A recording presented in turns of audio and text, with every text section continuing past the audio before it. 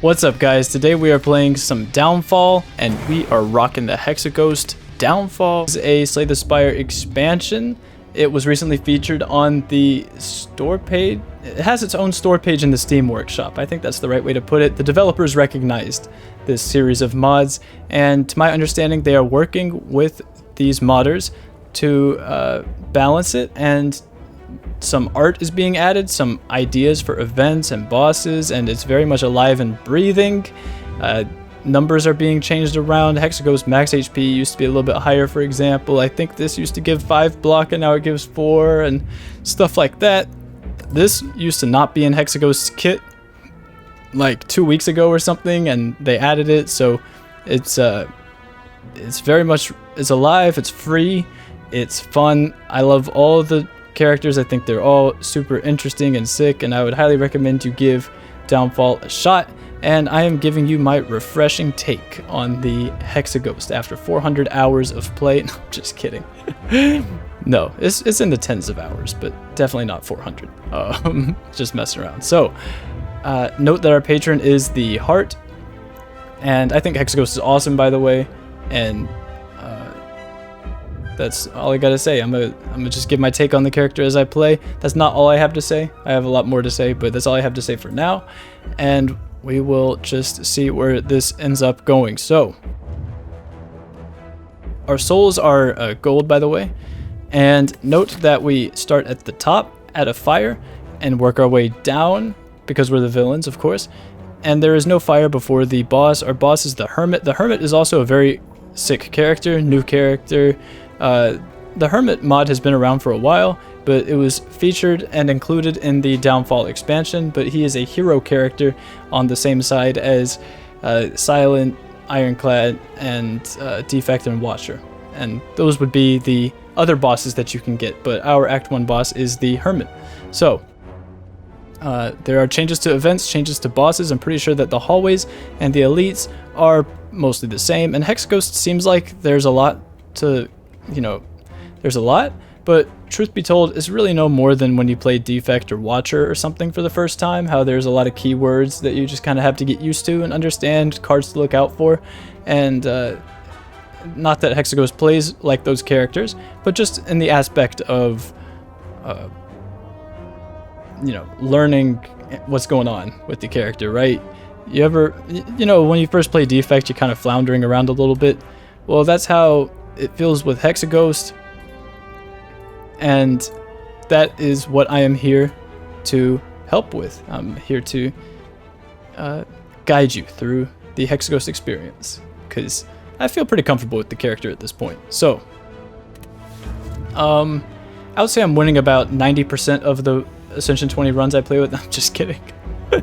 Got you again. No, absolutely not. The character is difficult, but it's rewarding. It's a lot of fun. So, I think we can lose all of our souls for a rare card. This tends to be the path that marks a lose all gold sort of a idea, where you just don't take events because you're just going to get an event shop and then you'll feel really silly. Shops are also different in this mod. So, 3 elites, and yeah, I think that'll be a fun way to start. Start out with the rare card. It's not too nonsensical. Common relic. Oh, relics are different too. They're the same, but they added more relics. You know what I mean? So that's really cool. And let's do it. Wow, that's a reward. That's a reward. 3 elites with the floor 6 super elite. You probably meant to take one of these that says damage on it. And both of these cards are totally fine at this point in the run too. Like, they're very good cards. It's just that, man, I feel like that would be good content to get the seals. I feel like this would be good content. The seals are so interesting. I'm gonna do it. Yep, I've decided. So, also I love the campfire art. It cracks me up.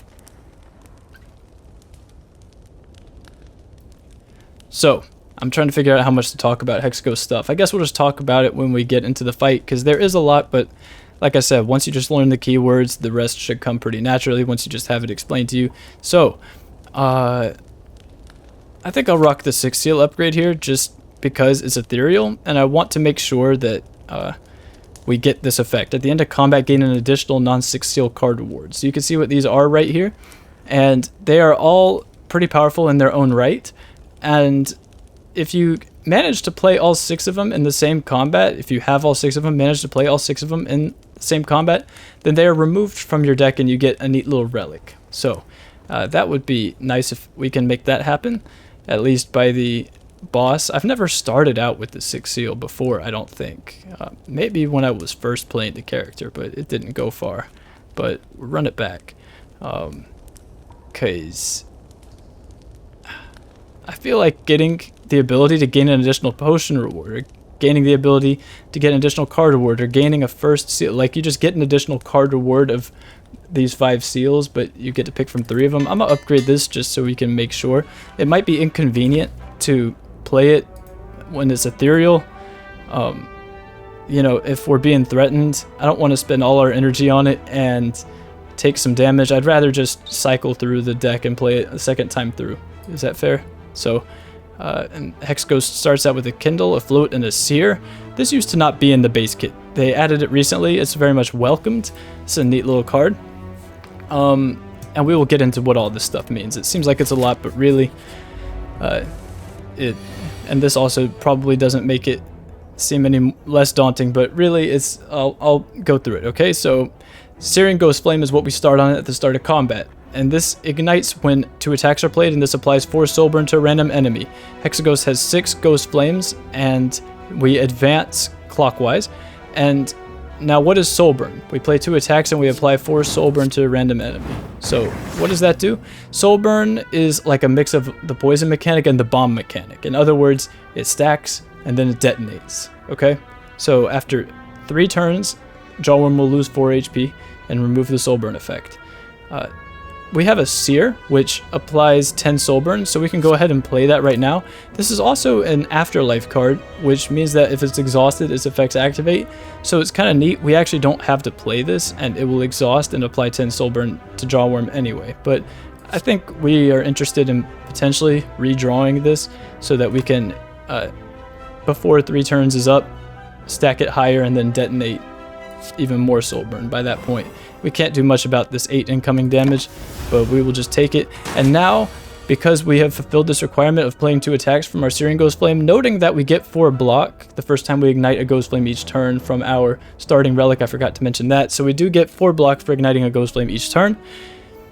We go from our Searing Ghost Flame and we advance to our Crushing Ghost Flame, and this ignites when 2 skills are played on it, dealing 3 damage to a random enemy twice. After we fulfill this requirement, at the end of our turn, we will advance to the Bolstering Ghost Flame, and this ignites when a power is played on it, giving us 4 block and 1 strength, in addition to the block from Spirit Brand if this happens to be the first Ghost Flame we ignite that turn. So Hexaghost has a way to gain strength innately, basically.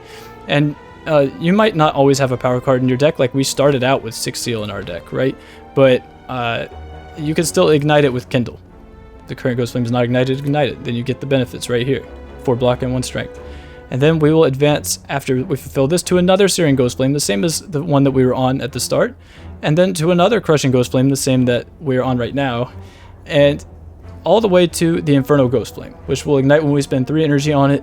It will extinguish the rest of our flames, deal 4 damage for each one. So, we have a Float, which draws a card and advances us to the next Ghost Flame. This also counts as a skill for a Crushing Ghost Flame. And advancing to the next Ghost Flame just moves you to the next one without igniting this necessarily. But it could if we did something like Defend and then Float. I didn't even mean to play Float there. I wanted to defend twice. I was just showing you as an example. But it's okay.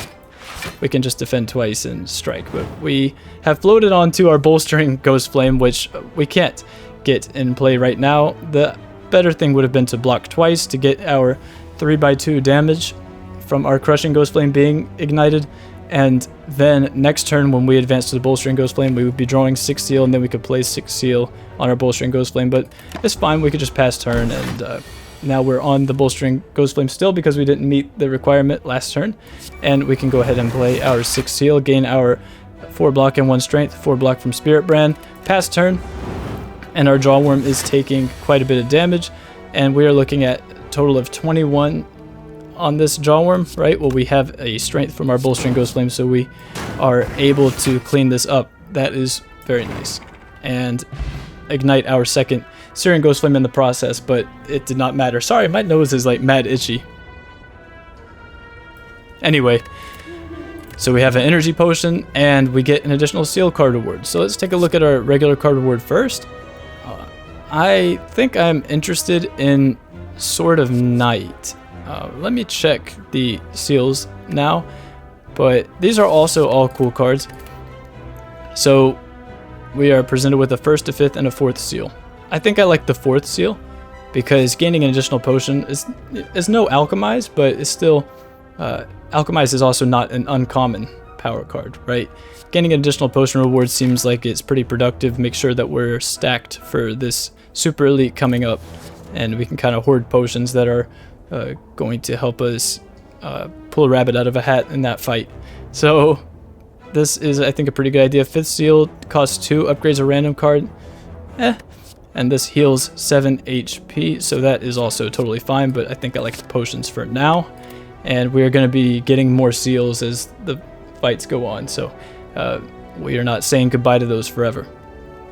Now, this is also an interesting card. Play a card in your hand and exhaust it.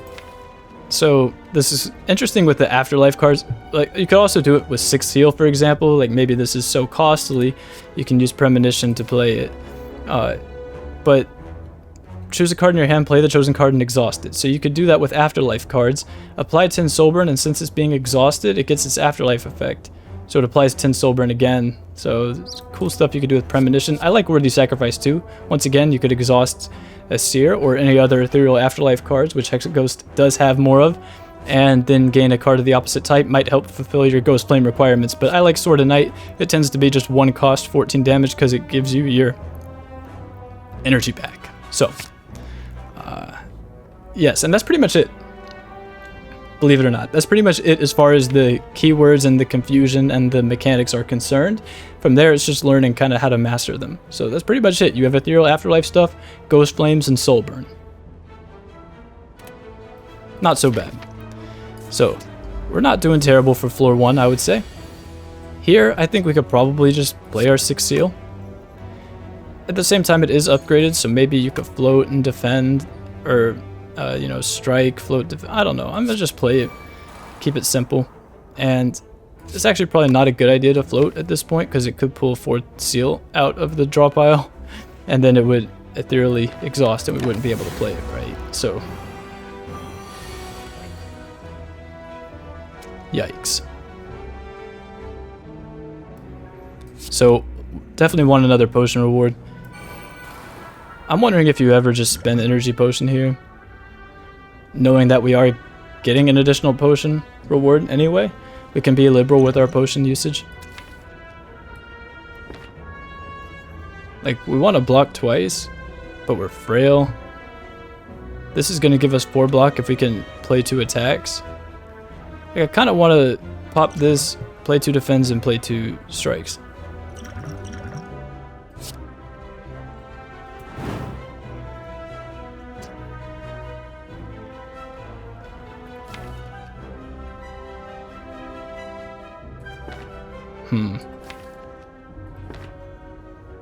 Yeah, that's fine. That's fine. Take 4 damage and then we advance to our Crushing Ghost Flame. We could play Sword of Night because it is not ignited and we gain 1 of our energies back. And now I'm going to show you something cool that you could do. You could play Defend here, and then this will ignite when 1 more skill is played. We can play Kindle as our 2nd skill, and it also says that it's going to ignite our Ghost Flame, right? If current Ghost Flame is not ignited, ignite it. So playing this will fulfill the requirement for Crushing Ghost Flame, and it'll also ignite it again. So it'll do 3 by 2, 2 times. So it's a little thing to note. Lovely.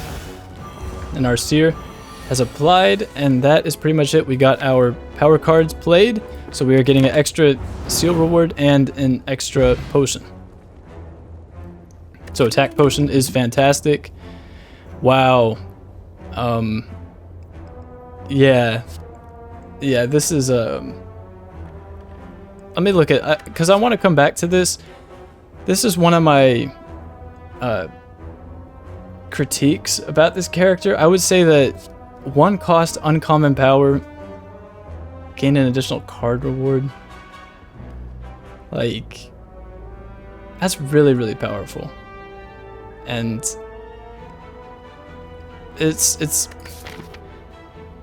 better than Prayer Wheel because it works in elite fights and it also works in boss fights. So we're gonna be able to look at multiple rare card rewards, and it's an uncommon power. So this is a little bit, I mean, also first seal is fine here. Like, wow, unbelievable.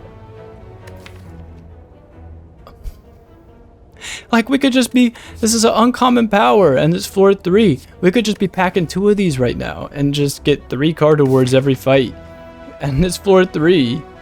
And we could just snowball instantly, assuming we don't die, because there's a super elite in a couple of floors.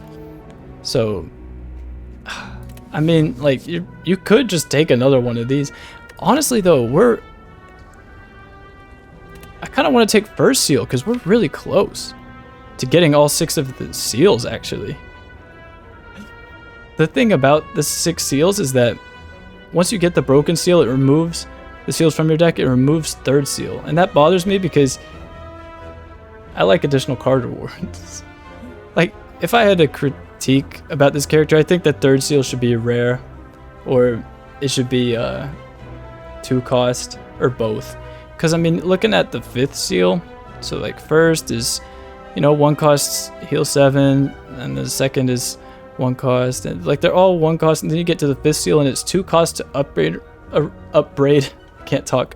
random card.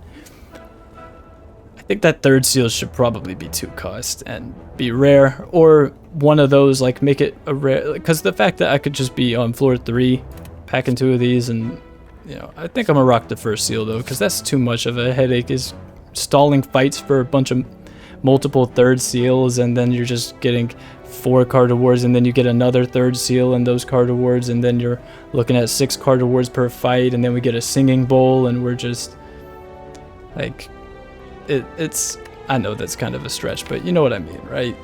That's pretty powerful. So, but it's fun. It's fun. Like, the experience of getting to look at and play with more of the character's cards is good.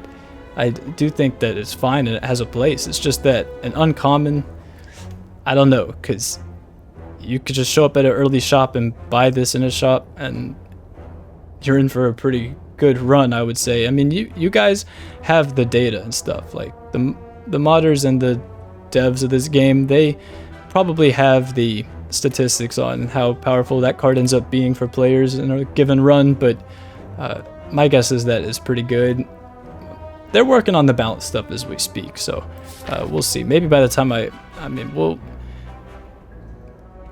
see. Maybe it's not as strong as I think it is. I think getting the opportunity to see multiple rare cards from a boss that's something. So we're actually so close to getting all 6 of them already, and it's floor 3. Like, first, third, fourth, and 6th, so we just need the 2nd and the 5th. Those are the ones that are doing the least. But anyway. Like, okay, additional potion, heal 7, additional card reward, your turn. I mean, I don't know. We'll see. So let's do the thing that we did with the Crushing Ghost Flame last fight, right? Where we could play Kindle here as the 2nd skill, and it will ignite it twice. And we get our block from our Spirit Brand, and we have advanced to our Bolstering Ghost Flame. We will play our 6th seal, gain our 4 block, gain our 4 more block. Pass turn, Seer, Ethereal Afterlife will apply. And in 2 turns, our cultist will lose 10 HP, but that seems like a long time. So, not super excited about that. Let's strike. I don't think we even want to wait for that to... I guess we do have to wait for it to detonate, huh? Well, if we play strike here, it's actually giving us 1 less block than if we play defend. And we should be able to get lethal damage on the cultist next turn anyway. Right? Lovely. So that is the Soulburn mechanic. Stack and then detonate. weak potion is here. I think I like Spectre Whale. Ketchup is a cool card. Let's look at the other rewards, but I do like the Spectre Whale. It's just fine, like as a one of. And we have so many of these hallways, like Gremlin Gang, Swarm of Slimes, 3 Louses, and Sentries exist. And I think just touch up our AoE a little bit is totally fine. Wow. I mean, I kind of just want to take another 3rd seal, but if we are trying to get the 6 seals as soon as possible, there's really no rush. Like, we could take another 3rd seal here, and it's just that, you know, I mean, I'm not sure I want that to be the run, because I've had these runs where you're just rocking like 4 3rd seals, walking up to the Act 1 boss, get to pick 5 rare card rewards, and it's, I mean, I'm just not sure if that's the direction I want to go. Like, we could take 5th seal, get a little bit closer to getting all 6 of the seals, give us an excuse to not have to play.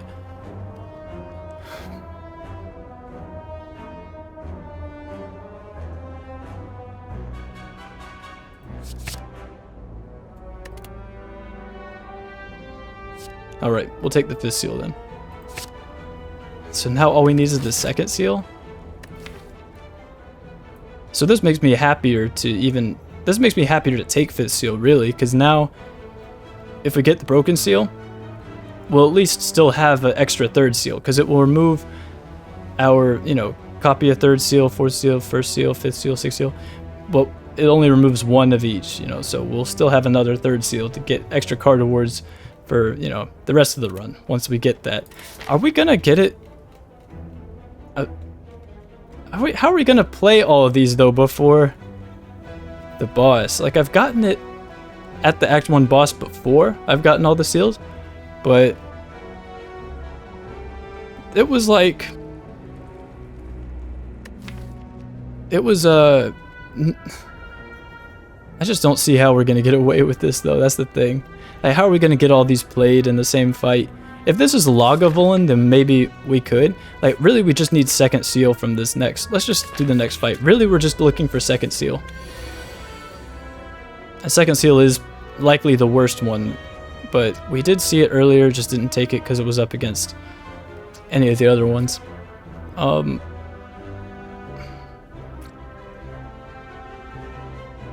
mean, we can be liberal with potion usage because we do have our 4th seal. We don't really need to get 5th seal played also. Just mental note, like, I'm not super happy with paying 2 to upgrade a strike or defend at the end of combat. Not as much so as I am happy to pay 2 for 2 additional card rewards, you know? So,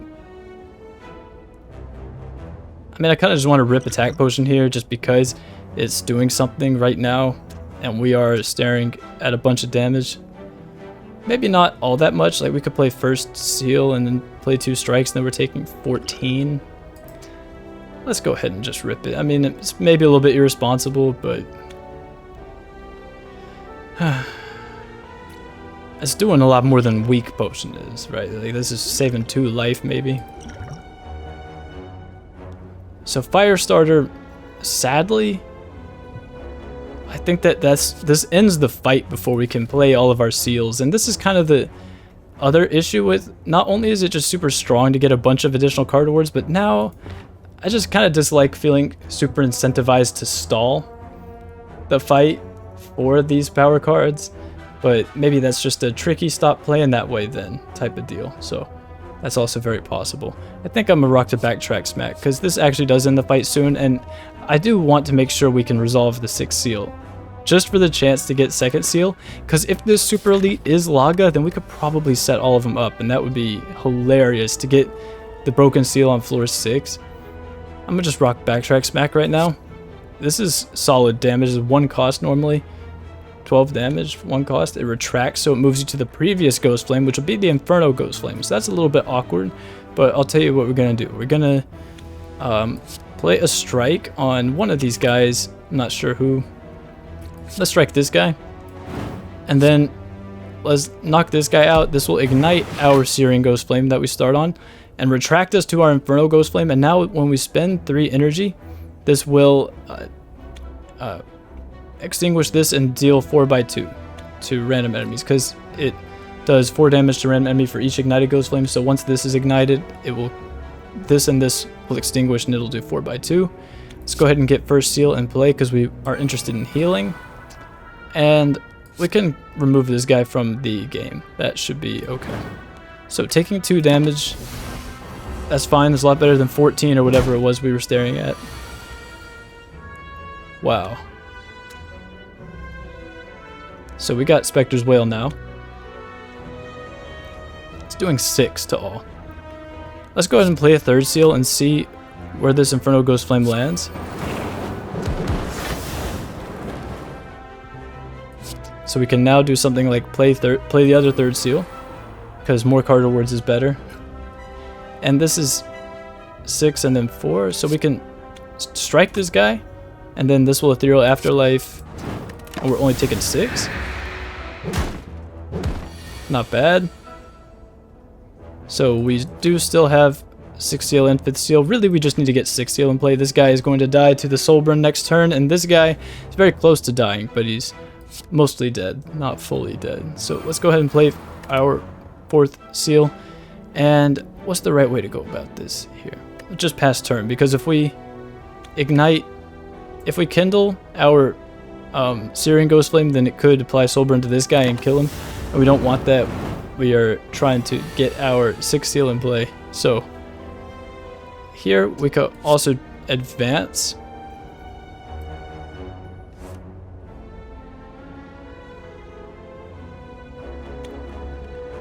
Wow. We really have to take 4 extra damage from this guy. I guess we could have played Defend one time. We could have played Defend one time. That might have been smarter, but then if we tried to float past this, it would still just crush him. Hey, taking damage kind of stinks, but it's fine. We heal back 7, so another attack potion too. So, and you can kind of just look at this and realize that it is something that we've got going on here. So I like Step Through. Infernal Form is cool. Intensity is kind of like Focus, where it increases damage, Soulburn, and block applied by Ghost Flames. So this is cool. It's like a win condition. We have so many of these power cards that don't do anything the turn that they're played.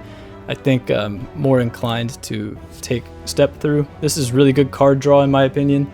I wish it was a common, but I just like card draw a lot. So, but it kind of reminds me of Compile Driver, so that's kind of why I wish it was a common. I like Step Through a lot though. Just it's gonna draw 3 or 4 cards pretty easily, and especially as we get more cards to ignite our Ghost Flames for us.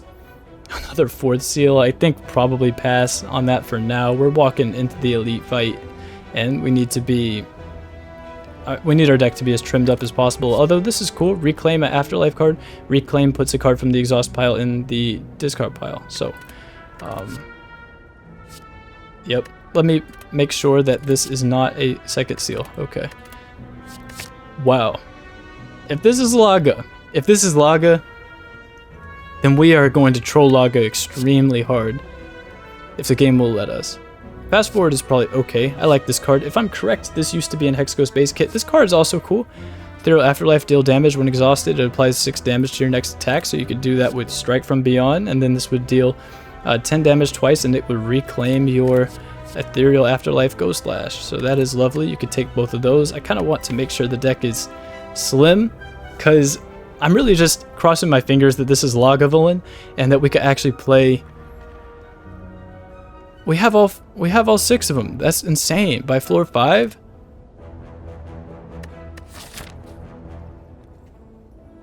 Man, I'm upset because I feel like we're just not going to get away with this. I feel like I'm going to get greedy and just die. I don't even know how we're supposed to approach this. Alright, let's start by just working on this guy. He's got the lowest HP. Ignite our Searing Ghost Flame. Apply 4 Soulburn, but it burns Artifact instead. Let's get this in play. We need to play all of these 6 seals this combat to get the broken seal. If we're really trying to do that.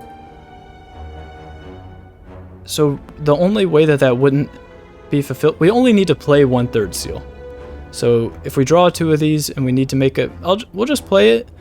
But like the only way we could get in trouble here is if we draw a 5th seal with like 2 of any other kind of seal, like 2 different kinds of seals. Does that make sense? Anyway, let's see where the seer lands. So okay, it does land on this guy whose artifact was already burned off. Wow. So here we really can't, but this is why we upgraded this. You know, this is why we upgraded that. Was for this exact situation, right?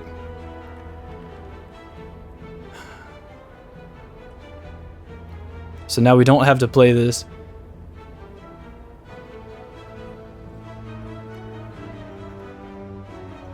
Do you defend and then float? And then play 5th seal? What happens if you draw another power? Like if you draw 4th seal or 2nd seal, it's pretty much just... But we don't have to get it off in this fight. But I'm actually wondering if we could even win this fight unless we get it off. We have Spectre's Wail, but that's about it. Like, this guy's pretty damaged. We have an attack potion at the end of the day. So we would advance from our Crushing Ghost Flame to a Bolstering Ghost Flame.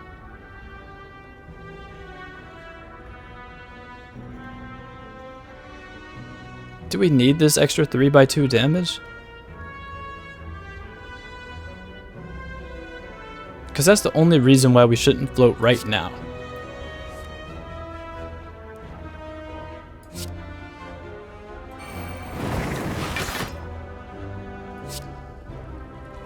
And we'll have to draw through all the days to get that played again. Wow. Do you ever weaken like this guy right here? Just to weaken him? Save life? I mean, might as well. Just might as well. His artifact is burned off after all. These 2 guys still have artifact. I don't know when we're going to get to address that, but... So, if we play Step Through now... My nose is so itchy. If we play Step Through right now, it's drawing 2 cards. If we play Strike and then Step Through, it's drawing 3. We need to get... only one of these in play. So, 1, 2... Might as well, we're on the Searing Ghost Flame anyway, right? Play attacks and then get block, apply Soul Burn. This maybe give us a little direction. Thermal Transfer says that it blocks on it. So I'm gonna grab that one.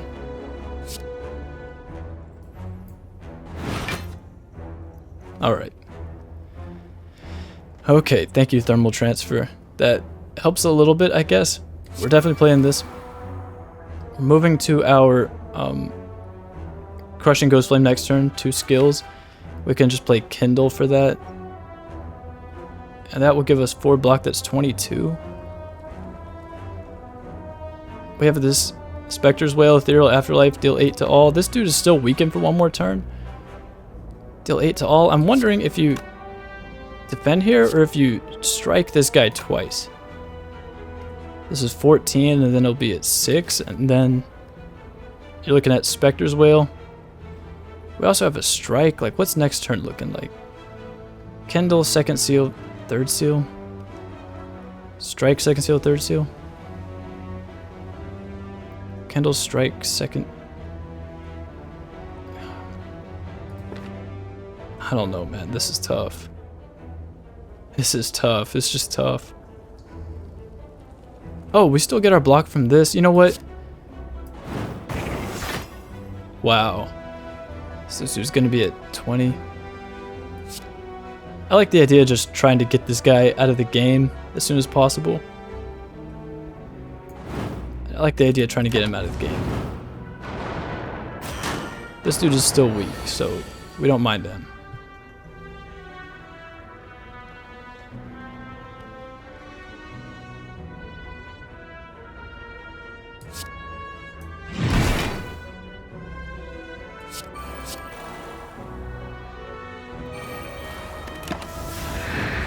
No, there's no way they're gonna let me get away with this.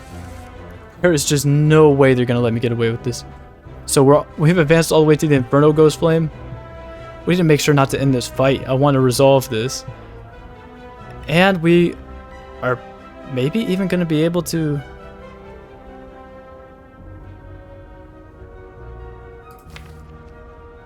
get the 6th seal? So this is doing 4x5. You know what? Maybe we just kindle it right now. Maybe? We are so close to dying here.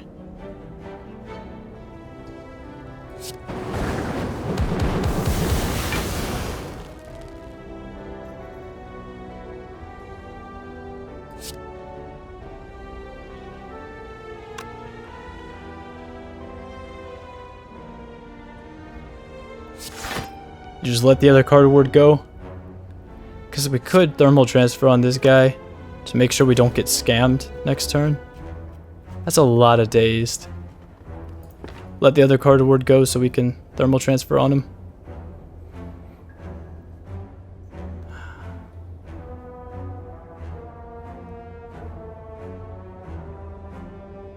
Let the other card ward go so we can thermal transfer on him.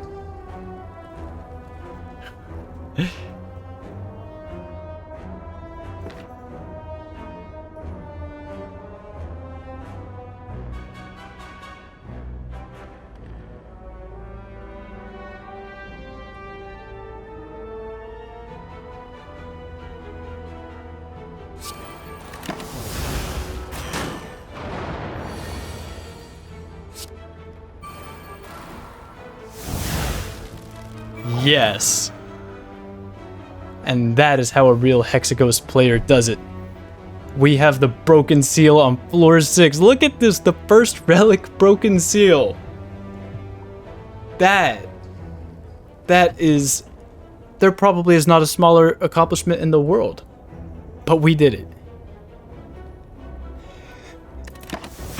Oh man, this is gonna be a crazy run. So the broken seal raises your max HP by 10 and heals all your HP, and now we start each combat with 2 strength, 2 dexterity, and 2 intensity. And we can't get the broken seal again in this run, but 2 intensity, so that increases our... so now this is applying 6 soul burn. This is doing 5x2 damage instead of 3x2, giving us 6 block and 1 strength. And, you know, this is also doing 6 damage for each ignited ghost flame. Like, look at our strength right now. And we still get the additional card reward from the end of this. I wonder if we get the other rewards too. Potion belt, wow. Oh, we gave up the 4th seal. But we still, maybe we can get another 4th seal. Oh man. For the potion belt, another 4th seal for the potion belt? Or do you take a 3rd seal for the more card rewards? Let's see what's in here. I'm not sure what the idea behind extra crispy is. Innate? Do you really want to upgrade this to be innate? There's a card that upgrades cards in your hand. Hexaghost has a card that upgrades cards in the hand. Do you really want this to be upgraded from that? And it's innate. Like, why would I want this to be innate? I feel like its number could increase on an upgrade. That's one of my suggestions that no one asked for. Wow. Wow. No way. No way. Can't get the broken seal again. I did my time. I'm happy with this 3rd seal. Like, look at how... look at this deck, how basic it is. So this says gain intangible on it, so I like it. How about that? But that is funny. They give another 6 seal. I mean, we could say potion belt, take a 4th seal. We really could. That's not a bad idea at all, actually. I kind of just want to take another 3rd seal, though. Just more card rewards is better. But it's probably responsible with the potion belt to take a 4th seal, yeah. But I do like the idea here. I mean, we could take another one of these and then just anticipate finding more 4th seals as we go. That's the thing. You know, and we're interested in finding more incorporeals and more, like, I'm gonna just take another 3rd seal because the card is insane. Just more card rewards. Strike from Beyond's also probably okay at this point. Reclaims the Afterlife card. Dumps our strength a little bit. brings back Spectre's Whale. I think we'll be a little bit greedy, but wow, we are so strong right now for floor 6 actually. Imagine giving up the 4th seal for another 3rd seal. Why would I have done that? We don't have enough gold to break the emerald key. What are we doing here? What are we even doing here? Could upgrade seer or float or... Like, honestly, you could also upgrade Kendall. We could recall, which is extremely greedy. But we could also have ideas of breaking the red key up there, because in this mod you need to collect the keys and then you spend 100 gold to break them, because we're the bad guys, we want to break the keys, you know. So we spend 100 gold to break them, but we get a little bit of a buff for doing that as well.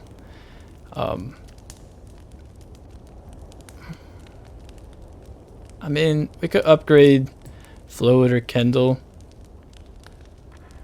or Incorporeal for 3 HP instead of 5. We have Toy Ornithopter to cancel out the HP loss from Incorporeal. Man, I wish we had taken a 4th seal instead of a 3rd seal. Oh well. I almost just feel like recalling. There's really nothing to upgrade at this point, in my opinion. You could upgrade Kendall, though. That's a fine upgrade. Ignites the current Ghost Flame, even if it's already ignited. We got some time, though. We'll probably find some other card that we're more interested in upgrading. Like, you know, we could just get 2 additional card awards like that. And we're strong. We got 2 strength, 2 dexterity, 2 intensity, and we got intangible now too. We could just say, what are you talking about, dude? And we can start to ignite our Inferno Ghost Flame a little bit since we retracted. That is what the card does, is it retracts us, right? Incorporeal. So it's kind of awkward to go from the Syrian Ghost Flame to the Inferno Ghost Flame with only 1 lit, but this is doing 6x2 right now instead of 4x2, which makes it quite a bit better. I think we could probably just float up to our Syrian Ghost Flame again and kindle it to ignite it, play step through, draw a card, and just pass turn, and Spectre's Whale is going to cause a pretty inconvenient split. So I need to kind of turn my brain on right now. That gives us back our energy. We can play this to draw another card. Oh man. Oh man. This is a run. I don't want to lose this, but I feel so strong right now. That's the thing. Like, 3 card awards, by the way. So I'm a big fan of Haunted Hand. This is like premium card draw. For me, for Hexaghost, Ethereal Afterlife, draw 2 cards and all cards in your hand become ethereal. So you could play it and draw 2 cards and all your cards in your hand become ethereal. Or you don't play it and then it just draws 2 cards for you for next turn and makes those 2 cards ethereal, but who cares? You draw 2 cards next turn. I'm a big fan of Haunted Hand. It's a really good card draw. We'll come back to that. I like Hexaghost quite a lot too. Ethereal Afterlife, gain 7 block, draw a card. You could just play it like a Shrug It Off, gain block and draw, or you can just not play it and it'll give you the block anyway and draw you a card for the following turn. So I'm a big fan of Hexaghost. And I'm not so sure about these. Like, Ghost Slash is fine. It's a little late for it, I think. Shielded Knight's also okay. It's a little late for it, I think. I don't know what the deal with this is. Gain block equal to Soul Burn on all enemies, then remove Soul Burn. Like, what's the point of this? Because, like, I think that you can make it so it doesn't remove Soul Burn. Just gain block equal to Soul Burn on all enemies.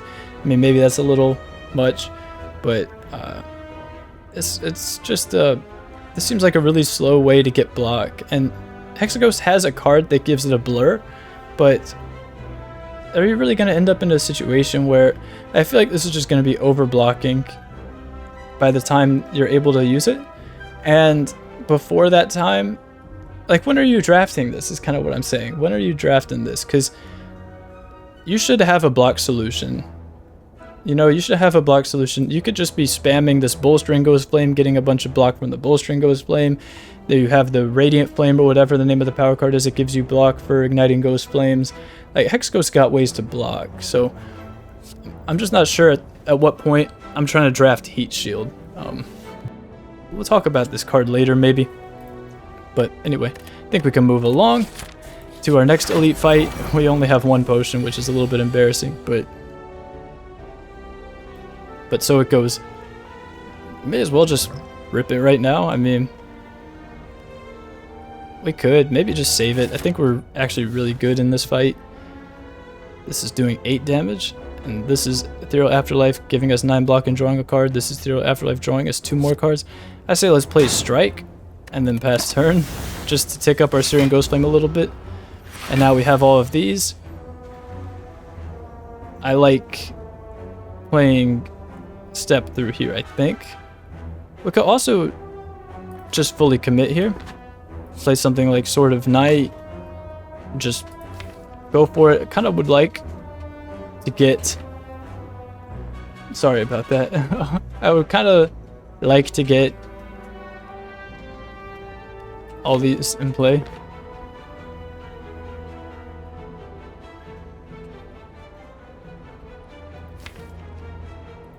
This has not been made ethereal. These were the ones that were drawn from the Haunted Hand. And this was drawn from the... Okay. You know what, I'm gonna just do it this way. Because we're waking them up with Spectre's Wail anyway. I don't know why I didn't think about that. Now we can advance to our Crushing Ghostflame. Oh, well. I'm just gonna play these two then. More cards, please. Losing the step through hurts a little bit, but it's okay. Gain 7 block, and we can ignite our current Ghostflame, ignite it twice. Sear Exhaust. Mere Flesh Wounds, if I do say so. We can kindle our Bolstering Ghostflame, gain 6 block and 1 strength, gain 4 block from Spirit Brand, float up to our Searing Ghostflame now. We can play 2 attacks, or we could just play 1 attack, and the 2 dexterity, we really feel that, you know, and the strength, we feel that too. Like, current Ghostflame's not ignited. Ignite it, deal 17 damage, 9 damage. We're getting incorporeal at pretty inconvenient times, but it says that it gives intangible on it, so I trust it. You know, it seems like that would be a useful thing to do at some point along the way, is to get intangible. Deco's Washers. Now that's an interesting run. Let's look at the cards first. So Radiant Flame, whenever United Ghostflame, gain block.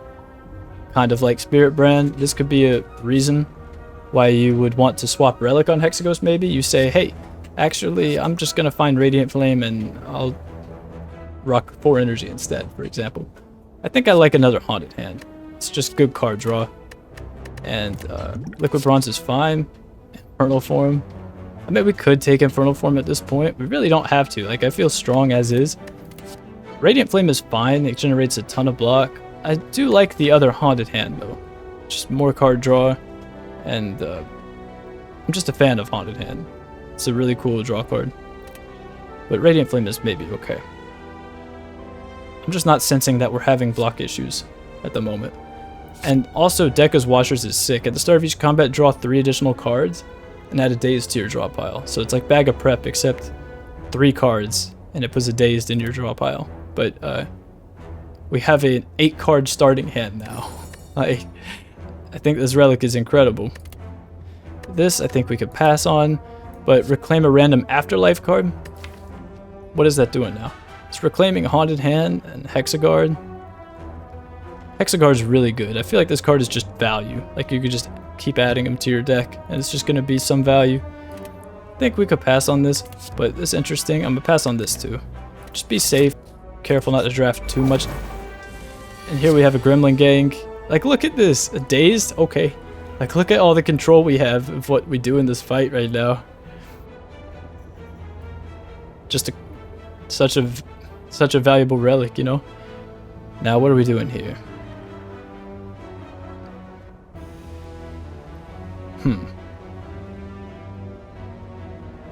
This is doing 16. So we could go ahead and bonk this guy. What's the right way to approach this? Let's just get this guy out.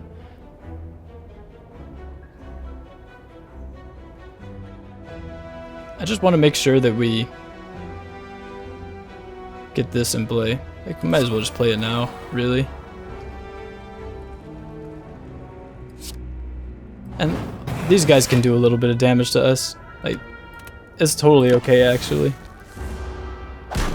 I just want to make sure we get our other seal in play, that's all.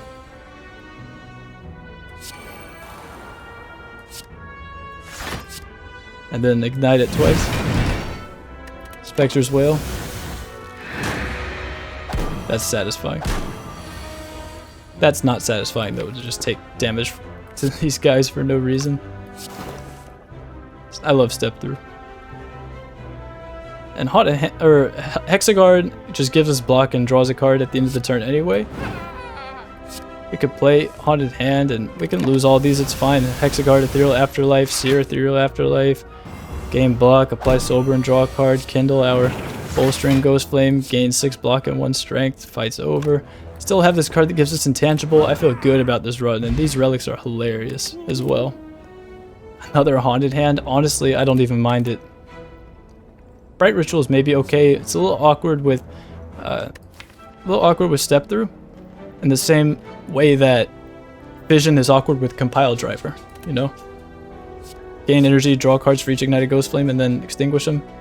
And then, like, you know, remove all orbs, and then you can't draw anything from Compile Driver. Another Step Through, I'm about it. I like the card a lot. Just card draw. More card draw, the merrier. The more card draw, the merrier. 3 Haunted Hands, I mean... more card draw, the merrier. I'm about it. And we're not even, like... we still got... way to go. You know, we still got ways to go. Like 3 floors, this could radically transform our deck. Because we're getting 3 card awards and then no telling what happens here. And we'll have potions ideally for that fight as well. And we can break Emerald or Ruby Key if we would like. We can gain a little extra dexterity. The strength we might feel a little more right now. I think we can go ahead and do this. Spend a bonus action at a fire to go ahead and gain a dexterity. So that's lovely. And let's go ahead and rest. Because at this point, we have some HP to heal. Wow. This hand's clown-like. Let's see what we can do here. The bomb. Metamorphosis. That's probably just the bomb, huh? Additional card awards? I would say yes. And then strike. And now we will draw 2 cards next turn, 2 cards next turn, and an additional card next turn. So 5 cards for the following turn. This relic is so good because now we're just getting a bunch of value from all these Haunted Hands and this Hexaghost that we have. And we can just continue to draw a hand like this for next turn. And if we had drawn one of these, like our other one, then we could have it for the next turn too. It's kind of wild. So, could play Strike here. Float to our skill Ghost Flame, our Crushing Ghost Flame. And if we would like, we could ignite that. Retract, lose 5 HP, gain an intangible, exhaust. Let's just draw 1. That is not what. That's not good. It's not what I was hoping for. I think we're probably okay though, really. Truth be told. And we could Kindle to ignite this to 5x2 damage.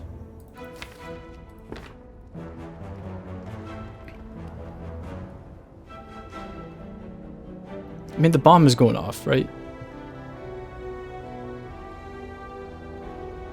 I almost want to just rip Incorporeal.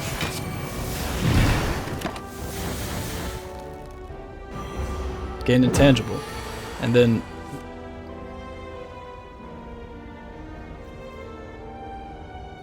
yeah, we have the bomb. Okay, yeah, at the end of the turn, deal 40 damage to everyone. This is doing 10, so we're just looking for like a little extra damage.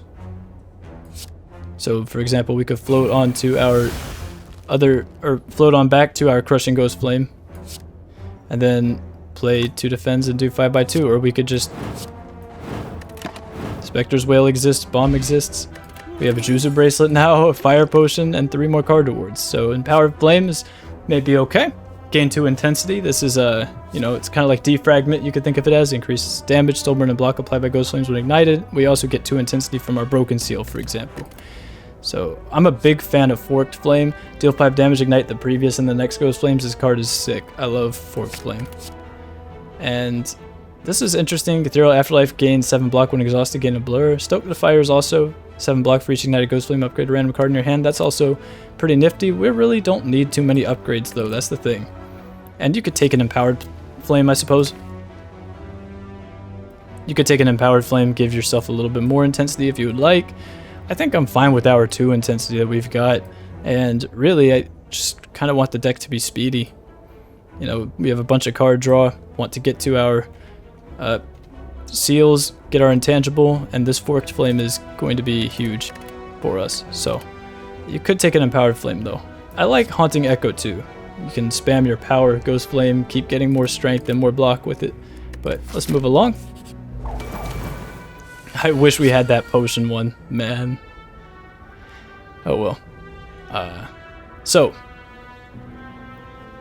here we could probably just float onto our Crushing Ghost Flame for our skills, and we can even play our Forked Flame here, and what this does is it ignites our Searing Ghost Flame, our previous and our next Ghost Flame, our Bolstering Ghost Flame. So we gain block and a strength, have applied 6 soul burn, done 5 damage or however much it is, 7 with our strength, 8 with our strength now, but then get the Spirit Brand block, and then we can play this Defend, and then we could play another Defender, we could play Sear, ignite this, and now we've got all 3 of these ignited, and it has advanced us to the Bolstering Ghost Flame now, because when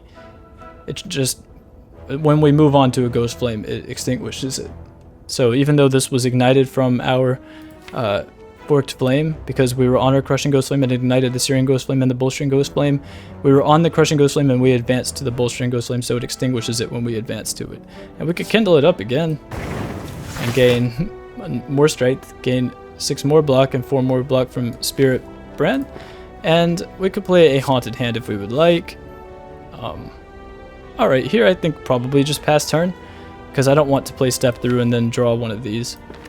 Would like to just use these Ethereal Afterlife effects to draw 2 cards, make these become ethereal. That's totally fine, because look at what we're capable of this turn.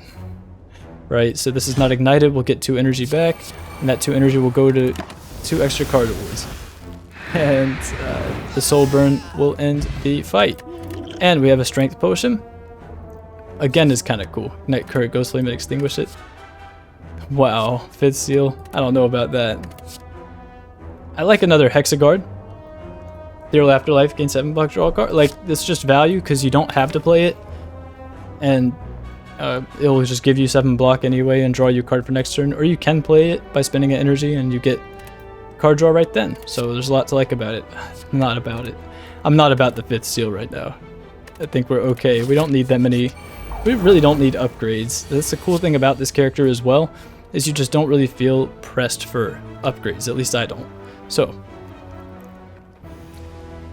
well, this is just going to give us 10 block because we have 3 dexterity, because we have dexterity from Emerald Heart Blessing from when we broke our green key. So this is just, we don't have to defend against that at all. We could play Step Through here, and it will draw 1 card because it counts itself if it is the attack played to ignite your first Searing Ghost Flame. And we could play Forked Flame here, and it would ignite our Crushing Ghost Flame, deal 5 damage to random enemy twice, and then it would ignite our Inferno Ghost Flame. That might actually end the fight though, that's the thing. I'm not trying to end the fight. And we have a Spectre as well, so it's actually almost certainly ending the fight if we do that. I'm trying to get these power cards in play first, you know? So let's get our extra card award. And we could try playing Haunted Hand to look for our other one, but we do not find it, and that is okay. That is okay, because we get our 10 block. And I mean, we can probably just get rid of this guy. Our Hexaghost gives us block. We've applied Ghost Flame, and yeah, fight's over as far as we are concerned. None of these for me. None of these for me still. This is a neat card though. Ethereal, gain a random ethereal card. It costs 0 this turn. Exhaust. I think I'll pass on those as well. So we are walking up to our Hermit now. And I'm not quite sure what this deck is capable of, but we will see. Let's take our Strength Potion, just for the sake of it. Say we did. I love how they've done the boss fights here. You can see they have relics, and you see what their cards are and their intents are. The Hermit's a really cool character too, by the way. But anyway, time to crush him. We are so powerful right now. I would like an additional reward, please. So we can start with that. And the Hermit has concentration, which adds... So he has double damage right now until we do 10 unblocked damage to him. We could actually just fire potion him too if we felt like it.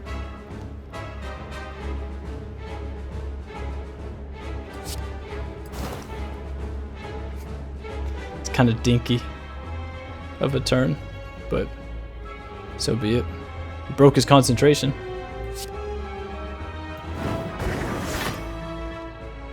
We'll leave it up to him. We'll see where he goes with it. Maybe it was productive to fire potion this guy. Probably. Probably was.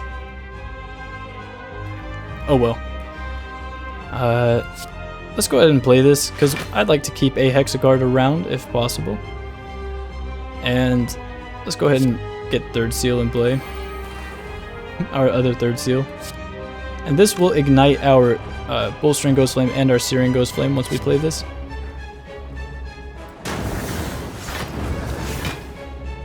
Nice. We can keep our Incorporeal around for if we need some intangible at some point, so we can get away with it, whatever it is.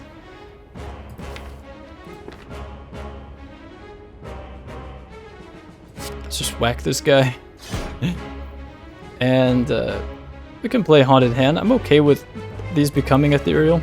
Like all of these, this is just strike and defend and sear after all. And I'm not sure I'm ready to lose Kindle yet, but we could say goodbye to Kindle, truth be told. This is the way that we ignite our Power Ghost Flame. We can ignite it with Forked Flame though too. That's the thing. Well, maybe we want to keep Sear around. Do we want to keep Sear? Maybe we want to just strike because it's more damage.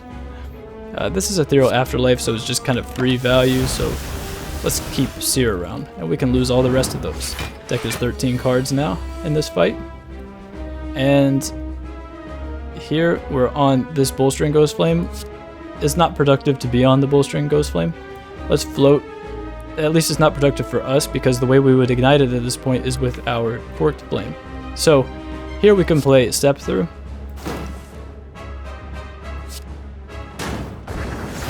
So this will ignite our Searing Ghost Flame, and then it will ignite our Bolstering Ghost Flame and our Crushing Ghost Flame, right?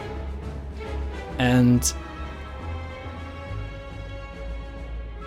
well, that's pretty much it. Being threatened for 24 damage. So Hermit is still concentrated.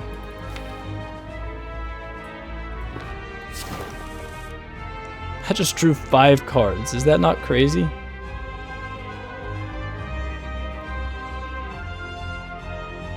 He's still concentrated? Oh, I see. He's already lost his concentration. This just doesn't increase its damage based on his concentration. I understand. I understand. Well, now we will get our Hexaghost effects anyway, so we are fine. And we get our Haunted Hands effect as well. So this is all the cards we are playing with right now. This is all we've got, and they are almost all ethereal. At least all of these are our attacks, except for this. So we are on our Crushing Ghost Flame now. That is correct. So we can do something like play Defend and then float to ignite our Crushing Ghost Flame, move to the Inferno Ghost Flame, and then we could do something like play Sword of Night, spend 2 energy. We've gotten 1 energy back, right? And then we could play Forked Flame. Nice. The issue is that we're losing our step throughs, but that's fine. We can win this fight with a couple of strikes and the Forked Flame. Good fight. So, 3 rare card rewards, yes? Interesting. I think this is a little bit slow. Like, maybe this is value because that fight, you know, came down to the wire as far as our resources are concerned. We were fine because we're just, you know, our good cards became ethereal, but we just played them and got value from them, and they didn't exhaust, you know. This is also cool. Choose a Ghost Flame type to change the current one into. I feel like this is just really slow. For a 2-cost power card to not do anything the turn we play it, and really not to do anything the turn after we play it, and then for it to gain 7 block and draw a card for you on the turn after that. It reclaims the Afterlife card, puts a card from the exhaust in the discard. That's a little slow to me. Unlimited power is funny, man. Ignite all Ghost Flames in order. Exhaust. That's a funny card. 5th seal. At the end of combat, upgrade a random card in your deck is just not appealing, man. It's not appealing. Like, we don't need any of these upgraded. Like 10 block, okay. It's already doing 10 block because of our broken seal and our dexterity. These draw 3. Like, that is appealing, but they're gonna draw either way. I'd rather draw them than draw 5th seal. You know, I do like Instant Inferno. Retain, ignite the Inferno Ghost Flame seems like a useful thing to be able to do. Ignite all Ghost Flames in order, exhaust. That's just funny. Yeah, we could take this and just try to get it played if we would like. I kind of want to just take it and try to get it played. Ignite all Ghost Flames in order. I mean, we just got no way to play it right now. That's the issue. I think I'm a pass. Keep it simple. We could try to get another one of these from the Act 2 boss if we feel so inclined to look for one.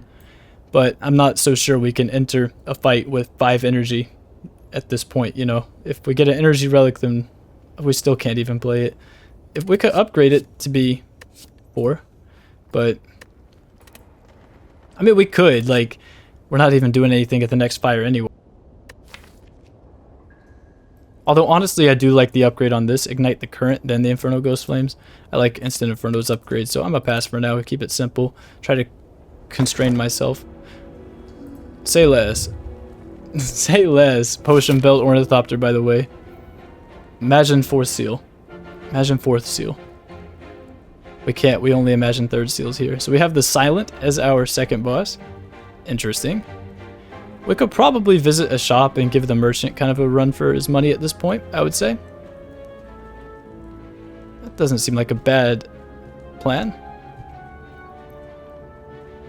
Kind of like this. I mean, we could take a look at... We got Juzu Bracelet, so we could take a look at an event. Or 2, or 5. Just take a look at a bunch of Juzu events. Let's do this, you know, make sure we don't die type of deal. And fights are good for us, of course. We get... In fact, we don't even have to go to a shop, really. Like, we could go to a shop, but we could just spend our money to break our red seal. Still, though, kind of getting a little bit ahead. Like, working on the... if you're not familiar with the shop, you have to fight the merchant. Okay, so we will get to that. We'll figure it out. I mean, it's either this or go around, because we really might not have a lot of money. We also are not in a rush to break this. Like, we just don't have to break the Ruby Key right now. We don't need the strength, probably. Got Sacred Bark. We could buy potions at that shop. I like these ideas. Yeah, I would say let's just move toward this way. Lose Toy Ornithopter and hire the bandits. I don't know what that really means. But I'm not losing Ornithopter. Not after just taking bark like that. Like, no. So, we can go ahead and float to our Crushing Ghost Flame. Play our Forked Flame on someone. I'm not sure it matters much who. It's hard to tell. There's a lot of random damage being applied here, but I just know that when we float to the Crushing Ghost Flame and Forked Flame ignites both the previous and the next, this one gives us block and power, in addition to the block from Spirit Brand. We could troll Pointy here and take these and make him take 12 damage, right? I want to get another card award, and we can just block, save life. Haunted Hand will draw us 2 more cards. Spectre's Wail, Ethereal Afterlife, do damage to everyone. Bear's Grabbing, and now we can, I mean, I want to play this for sure. Maybe Hexaghost gives us a little more direction. Okay, maybe not. That's fine. We can, oh, it was probably a good idea to play Sword of Night there. We have energy potions, so we could just take this and kind of overwhelm. I mean, might as well. We're not getting our full value from Ornithopter if we do that. Let's play Third Seal. I mean, they're threatening a lot of damage. At the end of the day, we could just ignite the Inferno Ghost Flame and the current Ghost Flame. Still, it should save life to go ahead and take this. Yeah, let's just take this energy potion. No need to be stingy here. Current Ghost Flame is not ignited. We will gain energy. And we could just end the fight here, get our 3 card awards, get our red mask. Forge Potion doesn't play with Bark very well, but it does play with Ornithopter, so we're happy about that. I'm gonna pass here. More Intangible? Sure. And I think we can move along here. That's an interesting card though. I kind of like it. 0 cost attack. And it does this little weird thing after that event sometimes. And we have a weakened Shelled Parasite. So that is lovely. Here we can probably just do what we did. Float. And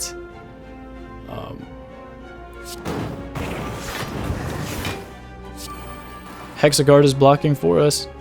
So we could focus on damage. 7 block, draw a card, drawn to this Haunted Hand, which we could play or not play. Either way, I think we could play it here. Get our 3rd seal. And, well, we are kind of being threatened for damage. So you know what we could do? We could just go Intangible.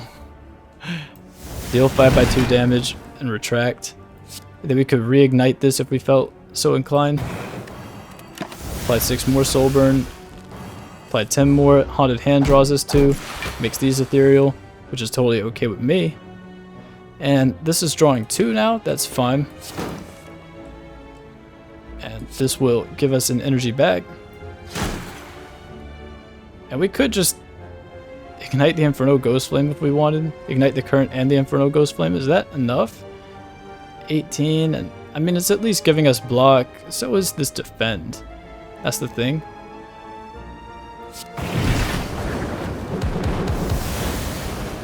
It's not enough, huh? It's not worth taking Thorn Potion for this, huh? Oh wait, Spectre's Wail. Easy. Fantastic, so that's 24 block. Backtrack Smack Plus, that hits kind of hard. I do like the Nightmare Geist Plus. It dumps our dexterity a little bit. When exhausted, we gain a Shadow Geist Plus. I do like the Nightmare Geist Plus. I'll rock the Nightmare Geist Plus. Radiant Flame, gain a block for igniting Ghost Flames. Sure. Well, we can take one of these.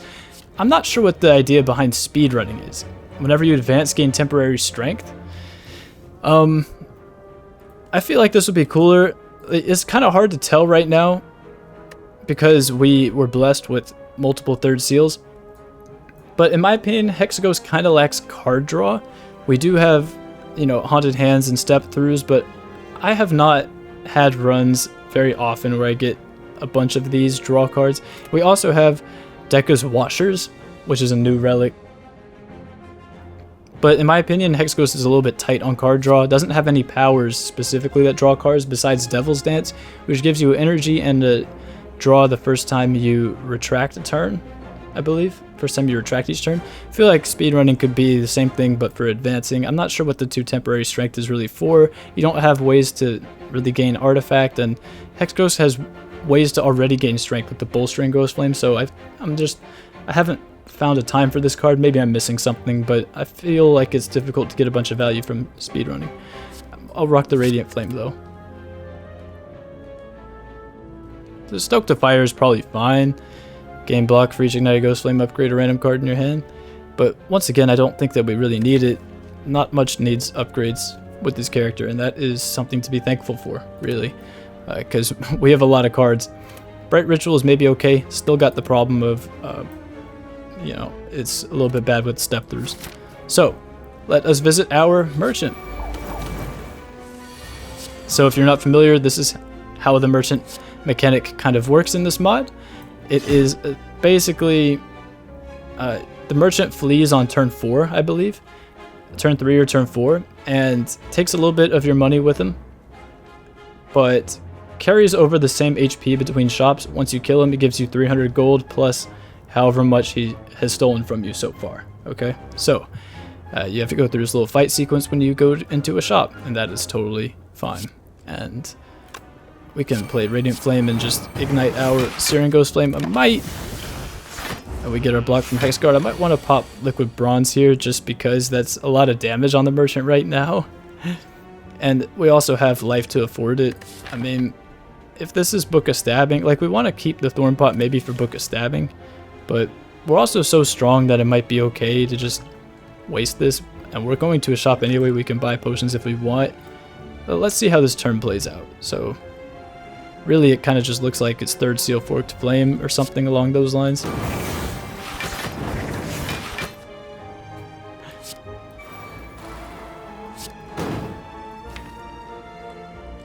How strong are we?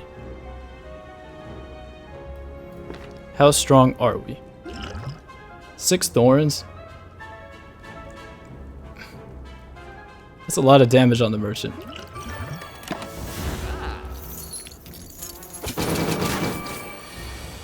So it matters. So let's play Haunted Hand. Something that's interesting is, so it makes this Instant Inferno ethereal, but we still retain it. It's ethereal retain. So I just think that's kind of funny. Let's go ahead and float onward to our Bolstering Ghost Flame, and we can kindle that if we would like. Want to be careful not to play third seal here. Or excuse me, not to draw into third seal here.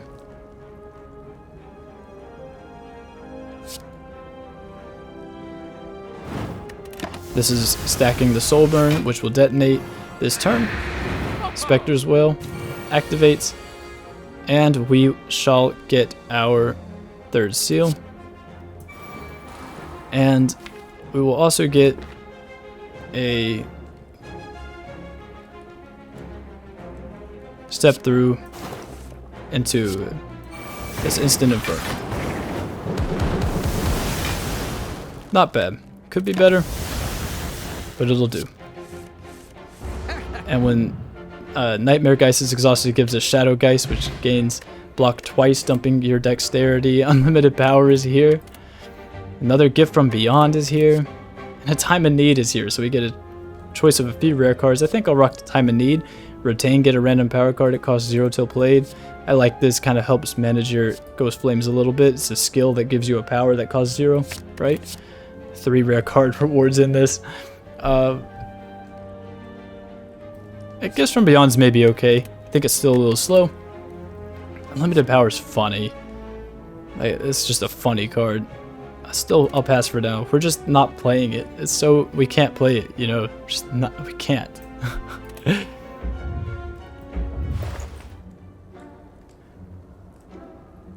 The first, oh wow, the 4th seal. Yeah, I mean, we got to. It's on sale too, like with the bark and the ornithopter and the belt. I like this. The first time a non-status and non-cursed ethereal card is exhausted each combat, add a copy to your hand that costs 0 until played. So I think that's very good, is what I'm saying. Like, we get Haunted Hand resolves and then it adds another Haunted Hand to our hand afterward that costs 0. That's really good. Does the same thing with Hexaghost. Let's move on. We're a little bit tight on potions, but hey, we got our 4th seal now, so possibilities are limitless. Let's go ahead and play Haunted Hand and float on to, probably should have floated first before playing Haunted Hand. It's okay. We will go ahead and play 3rd seal. And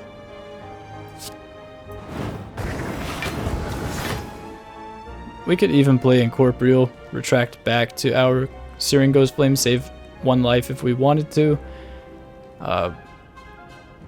It's fine. We retain our time in need. Oh, our recycler is giving us another seer. Yeah, I don't have any money. What are you thinking of robbing someone that's walking directly out of a shop, clowns? I spent all of it. So we got 2 more seals that we have an obligation to play. Speed running. I mean,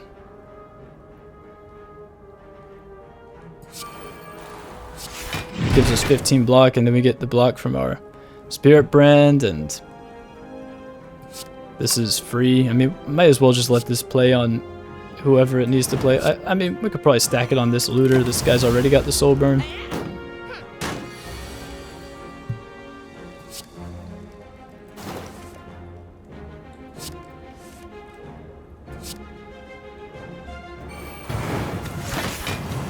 And this will give us block whenever we ignite a ghost flame, so that's lovely. These guys, I like how they keep fighting you.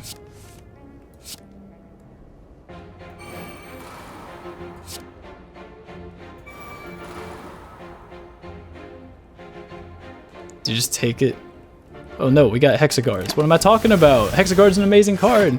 Just get in your block and draw cards for next turn without even worrying about it.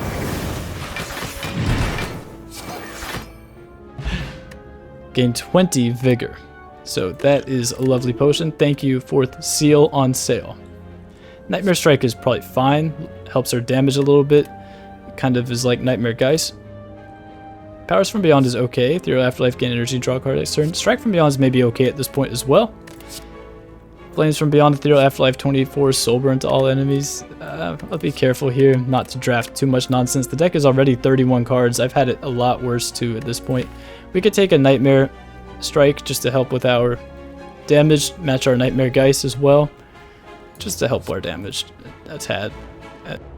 It's ethereal, and then when this is exhausted, it gains a Shadow Strike. I'm not sure why this is not an Afterlife card. It has a when exhausted effect, but it's not qualified as an Afterlife card. It's not labeled as such. So that's kind of odd to me. Let me make sure that I'm good with this. Yeah. Alright, so we're in pretty good shape to take an Elite. Rest in peace, the Thorn Potion. Oh well.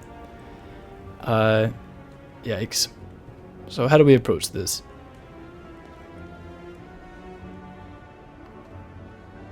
Well, let's float to our skill one. All of our haunted hands.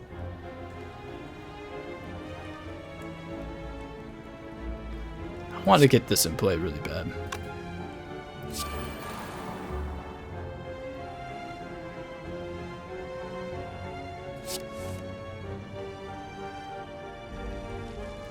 Man, that stinks to lose Incorporeal. But this will also ignite our Ghost Flame. Retract this.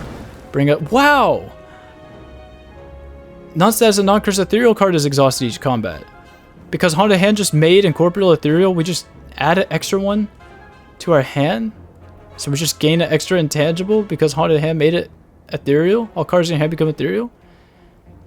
And we exhaust it because this exhausts when it's played. Yeah. Yeah. I don't want to lose this. This is a good card. It's ethereal. I don't want it to go away. No, bro. It's fine. We can lose our... We can lose our 3rd seal. It's okay. I'm not hurt.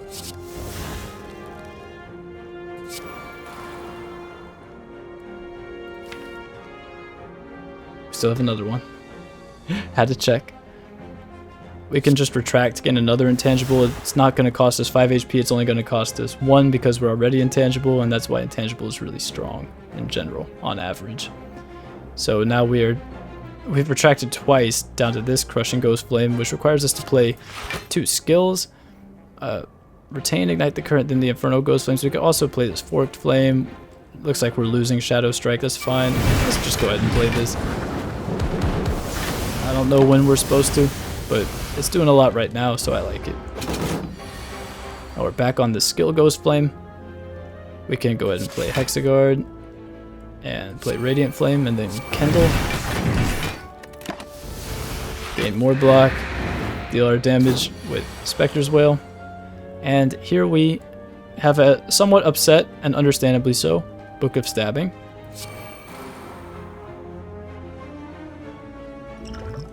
I want to block 24. And that's pretty much it.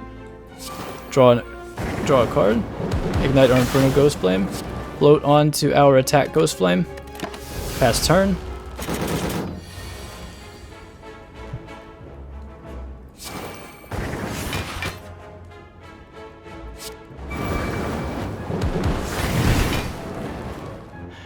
I mean, and we're like exhausting our entire deck, but it's okay because the fight is just ending, you know? Pocket Watch is fantastic. Entropic Brew. Tincture, gain 8 block each time you play a card this turn. Is normally 4, but we have Bark, so it's crazy. I really don't even think we need an Empowered Flame, but we could take one.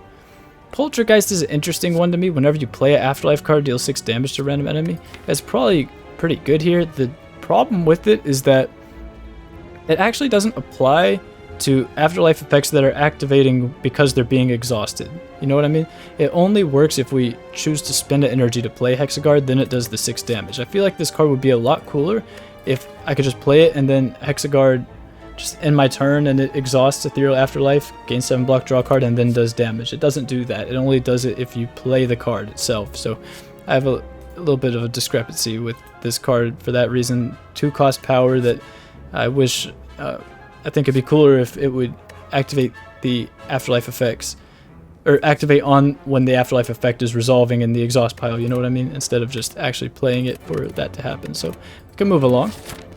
And I think we could pass on the scales. We just bought Book of Stabbing, and we can break the Sapphire Key in the near future. Probably not at this Spire, probably don't have enough money to do it here, but here we could.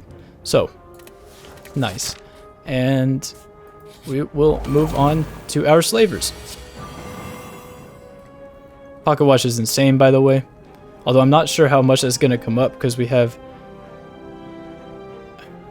8 cards starting hand in addition to a bunch of cards that draw for us next turn anyway, so I don't know.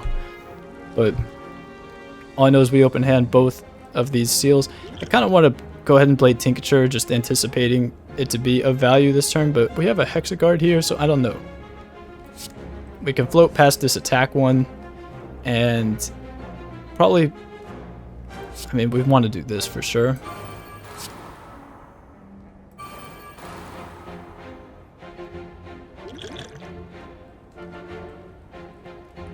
You know what, I kind of want to Forge Potion this so that Time of Need gets upgraded to be 0 cost. Might as well. Alright.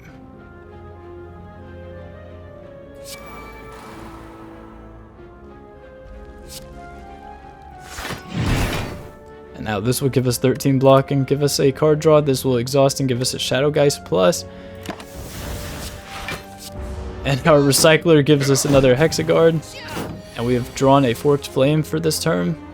And we are trying to be entangled, but I don't know about that.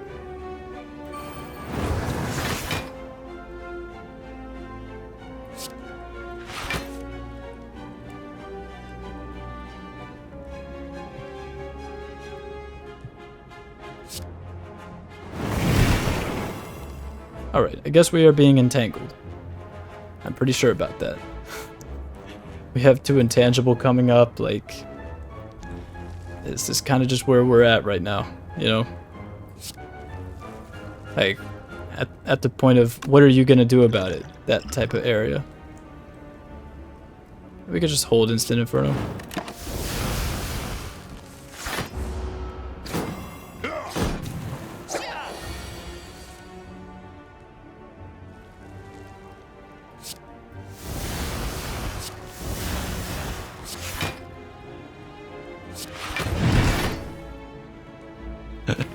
And this is going to draw us 2 more cards for next turn. Okay, can't play attacks, but we'll gain 2 intangible. And we have our Spectre as well. This is a nifty card. I like Spectre's Whale. Let's kindle our Bowstring Ghost Flame. And then we could step through one of these guys. We're being weakened, finally. Blue Slavers. Oh, we're already weakened. Didn't even notice. Kind of want to go ahead and play this. That's fine. All of our stuff exhausts. We get another Shadow Strike, draw 2 extra cards, apply more Soul Burn, it detonates Spectre's Whale, activates Pocket Watch by the way. And now we are on this Searing Ghost Flame. I think this looks like a pretty good Forked Flame. Yes. Yes, it was a pretty good Forked Flame. And I mean, we could just step through here. Drawing too many cards. Let's go ahead and ignite our Inferno Ghost Flame. Vajra has arrived. Liquid Memories is fantastic. I'm gonna say these potions that we currently have are better than Dexterity Potion. Pass on these. Yeah. I think, yeah. At this point, yeah. I like Nightmare Vision quite a lot. That's a very cool idea of a card. We have 3 Haunted Hands to make all of our stuff ethereal, make this incorporeal ethereal. So then we get an extra intangible from Recycler, and then we can upgrade this at some point. This will give us something to upgrade, and we can exhume 2 ethereal cards. Lovely. And I think we pass on these, yeah.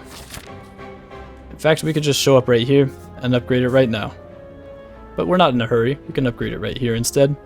Take more events. We're healthy, strong. And I would love to choose 1 of 20 cards to add to my deck. Yes, please. Another Haunted Hand. Another intangible. Another Hexaghost. I think I want to fast forward at some point. But yeah, I'm going to just click the intangible. I think having intangible in the form of an uncommon is a little bit kind of asking for trouble.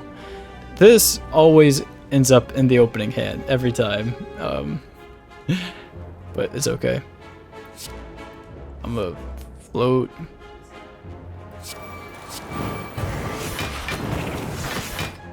And we got Pocket Watch, right? So we are drawing a full hand.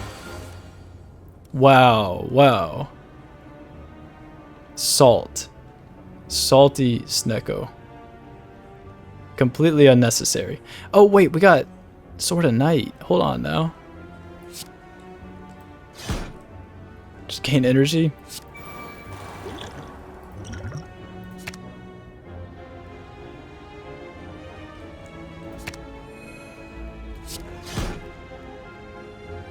Oh, I'm terrible. For some reason I thought that would give us enough to play this 3rd seal. But it only gives us 1 energy.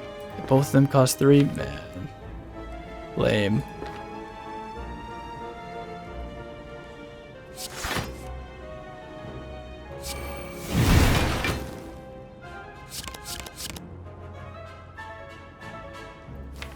Exhume an ethereal card. We could just exhume it back. What am I worried about?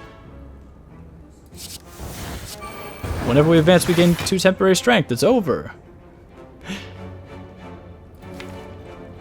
I don't want to draw into 4th seal and not be able to get that. So this is kind of just where we're at right now. This is just past turn right here, and that's fine.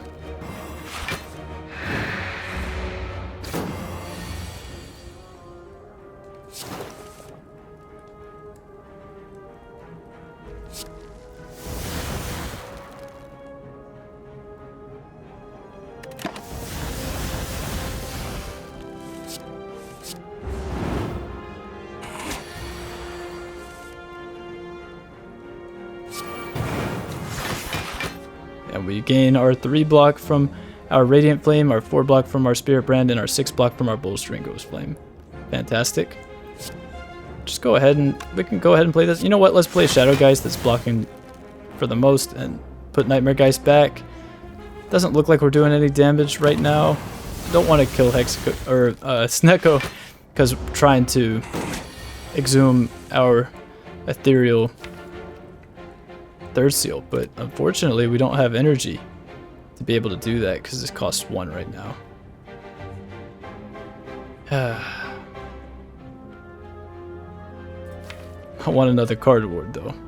That's the thing. That's the thing, is I would like another card award. Please. Strength down. By the way.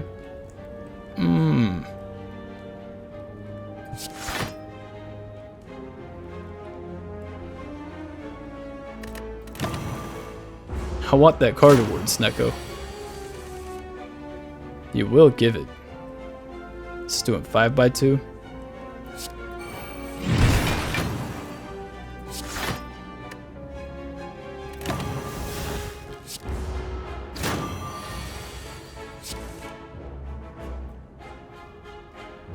Thank you. Thank you for making it 0 cost. Have a good one. Have a good one, Snecko. Yeah, we'll be making use of that. Thank you. Pass on these. Another Hexaghost, sure. It's just value. It really is, you know? Okay. I haven't seen this. 50% lose 20 HP. 50% gain 200 souls. 25% lose 10 HP. 75% gain 100 souls. As you make your way through the large buildings, you come across it. So this is just a different jousting, huh? Monster, you fight it if you're so good at killing things.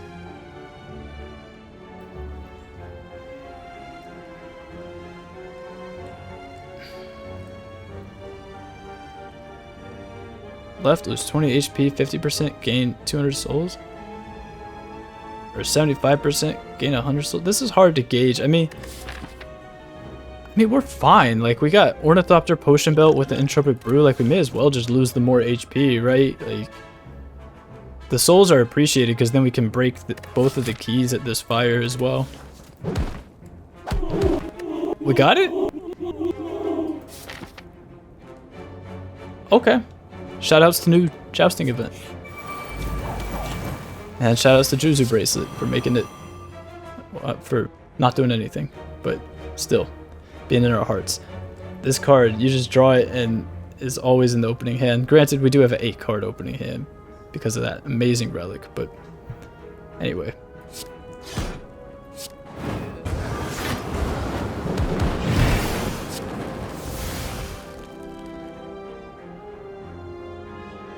I don't want this to become ethereal itself.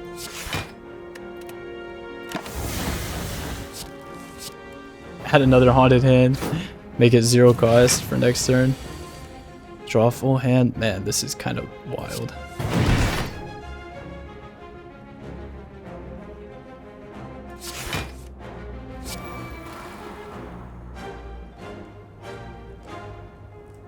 I mean, that's 3. But we're drawing so many cards next turn, it's totally okay to turn off Pocket Watch. That's the thing. We have 3 intangible cards. Let's just go ahead and play this. Oh, the speed running! Get our temporary strength! Incredible. I'm just messing around, but what am I missing about the speed running card? Like, whenever we advance, we gain temporary strength. Am I even gonna notice that?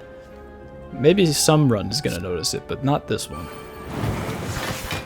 This run doesn't even notice anything. This run goes intangible and says, what are you gonna do about it? Clowns. 3 Mad Gremlins. So we got all of our meta-scaling power cards in play, right? Didn't lose any of them. So how do we blow this open? Well,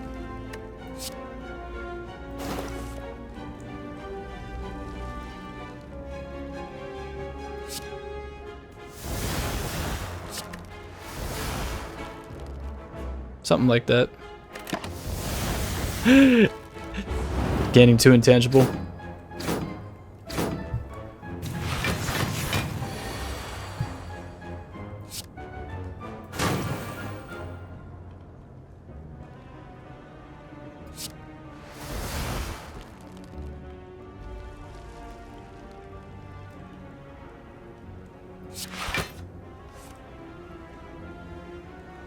I'm about to show y'all something sick, okay? Not right now, but next turn. Never mind, it's not going to be that sick. But, well, it could be. Like, you play this as the third energy for Inferno Ghost Flame. This is Instant Inferno Plus. Ignite the current, then the Inferno Ghost Flames. And this is also going to ignite as soon as we spend one more energy. So in other words, this will ignite the Inferno Ghost Flame 3 times. But I don't know if we're super interested in doing that at the moment, to be honest.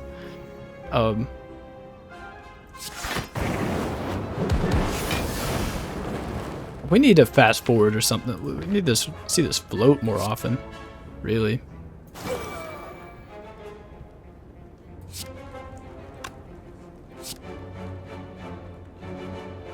I'm about to just exhume. But let's get back time and need. Here and now, you no longer advance at the end of your turn. At the start of your turn, gain energy. Do we want to even play that? I kind of want to advance. I kind of want to advance to the... Oh, do we advance next turn? We won't. I don't know. Let's just do that. Yeah, we won't advance because we haven't fulfilled this requirement, right? Oh dear. Strength down. We got our strength from our speedrunning.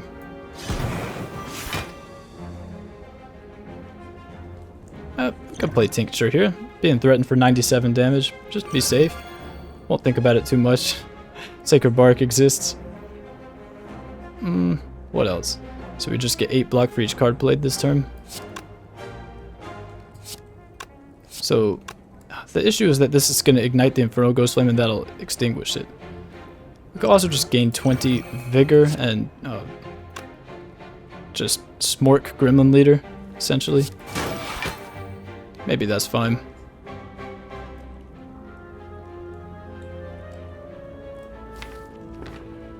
We have a Hexaghost as well.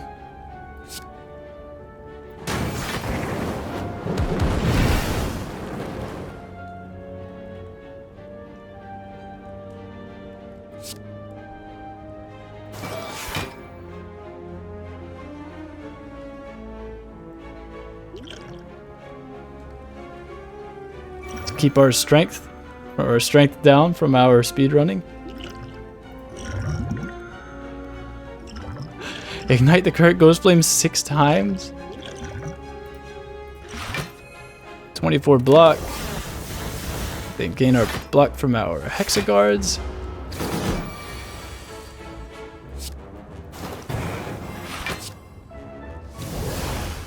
Float on to the next one. Our artifact is worn off.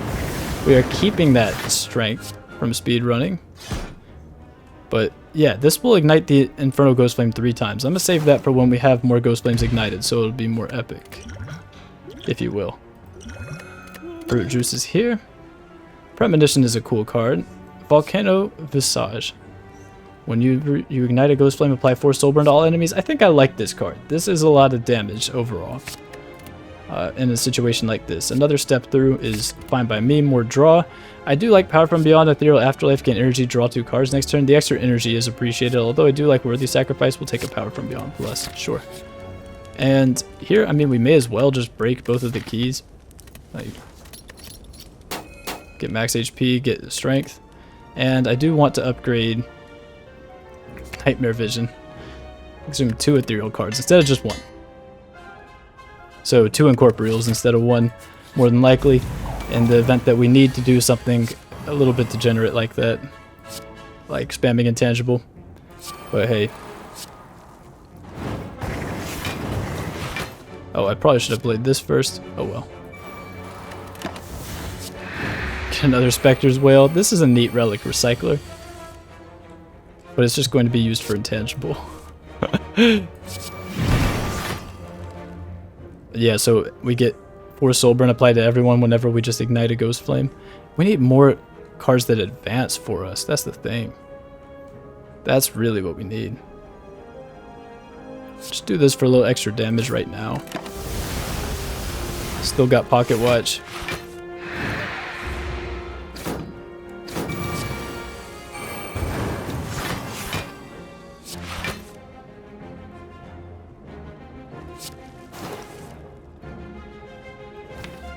Need to get that 3rd seal in play. That's the thing. Need to get that 3rd seal in play. But we're getting the energy and 2 extra cards next turn. This guy's out of the picture. Haunted Hand gives us extra cards.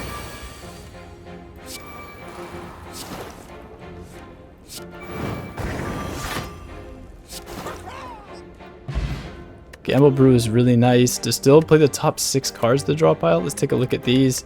No thanks. No thanks to the Backtrack Smack again.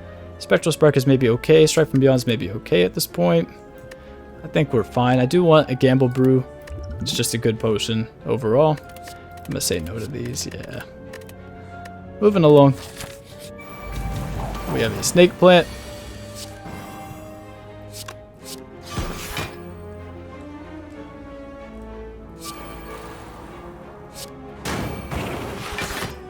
Being threatened for some amount of damage, so we can go ahead and solve that real quick. Gain energy 2 extra. This character is fun, man. There's so much stuff. But it is, you know, this is just missing something. It's missing something to get it moving. Like, it needs a way to generate energy. I need a Retract. Like, what's the card? The Rewind is what it's called. I need that card. Because that card is sick.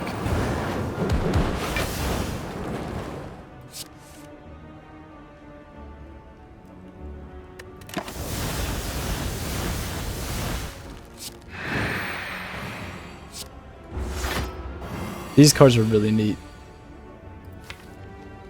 Looking for another 3rd seal, that's right.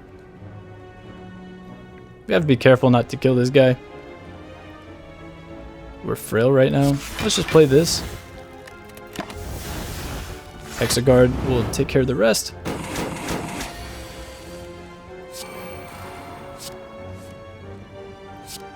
This zoomed, so we could just like get back Hexaghost and Power from Beyond. I think that card's really cool. Zoom to ethereal cards. Igniting the current Ghost Flame 6 times sounds like pretty productive thing to do. Add 8 random 0 cost cards to your hand. Okay, we gotta take that. We gotta take one of these over the Pizzazz Potion. We have a Combustive Fluid already. Don't need any of these. Not so sure about these. None of these. Wow. Well, we'll see the rare cards. We will see the rare cards. Isn't that right? The Slay the Spire Silent is here with a Smooth Stone, a Paper Crane, an Anchor, Bag of Marbles, After Image, Backstab, and Doppelganger. Alright. I could get behind it.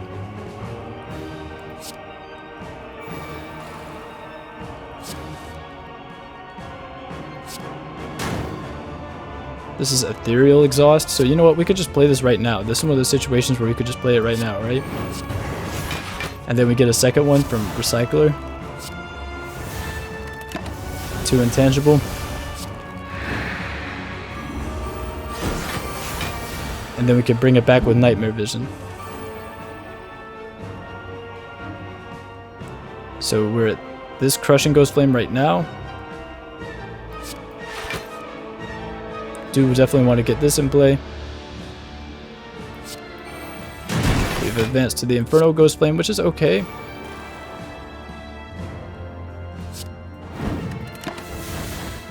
I want to pop this open, the Ooze Infused Drink. Sounds fun. So, yeah, Silence mechanic is a mirror image of Silent will hide a relocation, and attacking Silent for the first time removes that from the combat for the turn. So what is Nightmare Vision doing? We only have one Ethereal Incorporeal. So maybe we could wait until we have another Ethereal Incorporeal.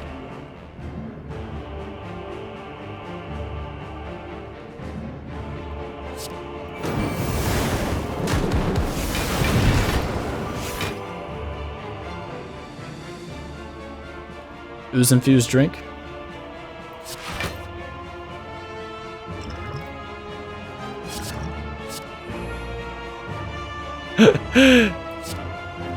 The next time all 6 Ghost Flames are ignited, take another turn. This is the card that I'm looking for. This is what we need. Retract and gain energy. That way we can do something with our card draw. We can then gain energy. Like, that's what we really need. Exhaust a card if it's an attacker's skill, gain a card of the opposite type. You know what? I mean, we might as well just retract back to our skill one, because that's what's going on right now. We got skills. We're skillful. Let's exhaust one of these. Heat Crush, I don't know about that. A little expensive, but it's pretty cool card. Good front-loaded damage, I would say.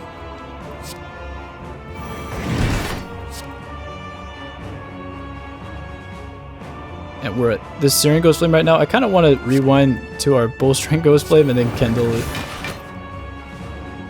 And we could save this Nightmare Vision. We're only intangible for one more turn, though.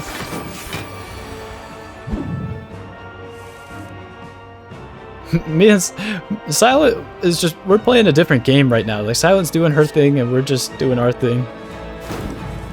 Draw 2, a little more intangible. Yikes, man. I mean, I'm sorry that it just became intangible spam. Really, I am. But so it goes. Oh, 6x5 damage. Well, gain energy. Draw 2 cards next turn. Get 2 more. Right now, additional card award. Proc our Bolstering Ghost Flame.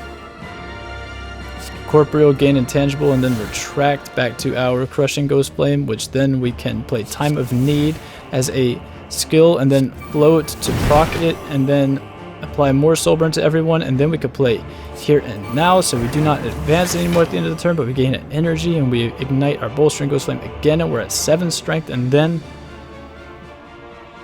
play one of these. See, this is what I'm looking for. Then we rewind back to C, and then it costs 0. And then we could do this and draw more. Play Haunted Hand if we want. I don't mind making all these cards in our hand ethereal. Although I'd be a little upset. Well, you know what? We can always exhume them later. Unless we draw Nightmare Vision off this. Yeah, like this is fine. Can lose all of this stuff. Can get it back later with Nightmare Vision if we care.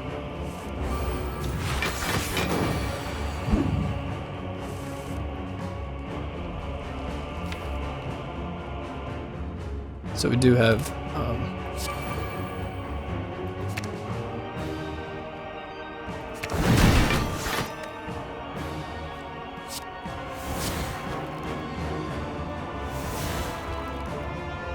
so next time all 6 Ghost Flames are ignited, we gain an additional turn from that Doomsday card. Well, let's try to do that actually. How can we advance? Or rewind, yeah. Oh, now this would ignite this one and this one. So you know what? We need to play 2 skills. So we can do something like this. Exhaust a strike. Ignite our Crushing Ghost Flame. Then play Forked Flame, which ignites the previous and the next Ghost Flames. And then we get to take another turn. And while we're here, we can play Time of Need. Gain 2 intensity while we're here. And this is not ignited, so we will play this. And, well, go ahead and play a strike as well. Then we should... Oh, we don't get to take another turn? I thought we had ignited all 6 of the Ghost Flames. Next time you ignite the Inferno Ghost Flame and all 6 Ghost Flames are ignited, gain an additional turn. Did we not just have that? Let's try to work toward it again. What did we get wrong?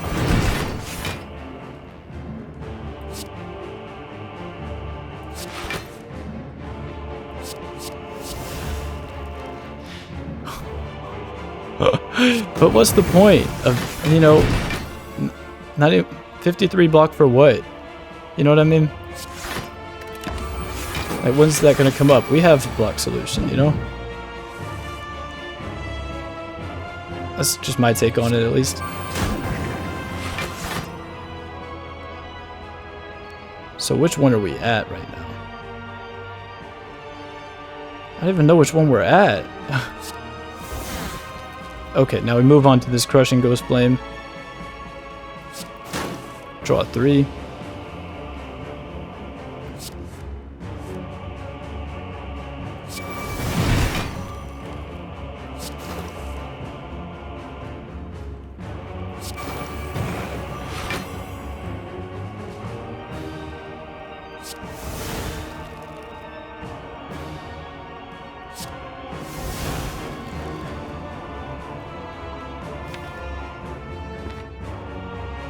I mean, I really hate losing Forked Flame, but we could gamble brew it away if we want. We could exhaust our Hexaghost. Ooh. Gain energy so we can play this so it doesn't exhaust. Oh, we're attacking for 45. Let's let these exhaust. Let's full block. Bark with the 4th seal. Alright, I'm trying to do a combo of some kind. Hexaghost combo tutorial. So we're on the Bolstering Ghost Flame. We're looking for Kindle. Do we have Kindle? We lost Kindle. Well, we have Forked Flame, so we should be able to get it. We should be able to get it. Right?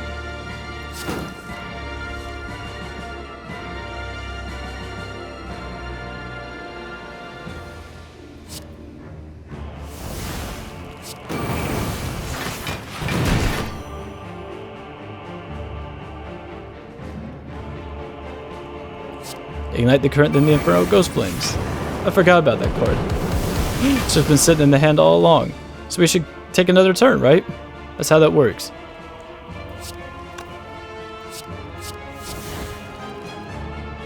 This will definitely make it work. If we can get that, we would need to draw 2 rewinds with it. Oh, these are ethereal. So is one of these step throughs.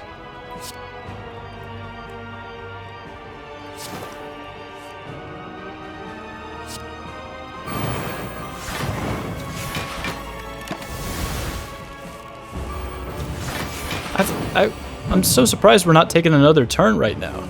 The next time you ignite the Infernal Ghost Flame and all 6 Ghost Flames are ignited, gain an additional turn. Has the game just forgotten that we have that in play? Like, we have had all 6 ignited, right? Unless I'm crazy. I've gotten this effect before. Like, if we play this, then we should definitely get Doomsday, right?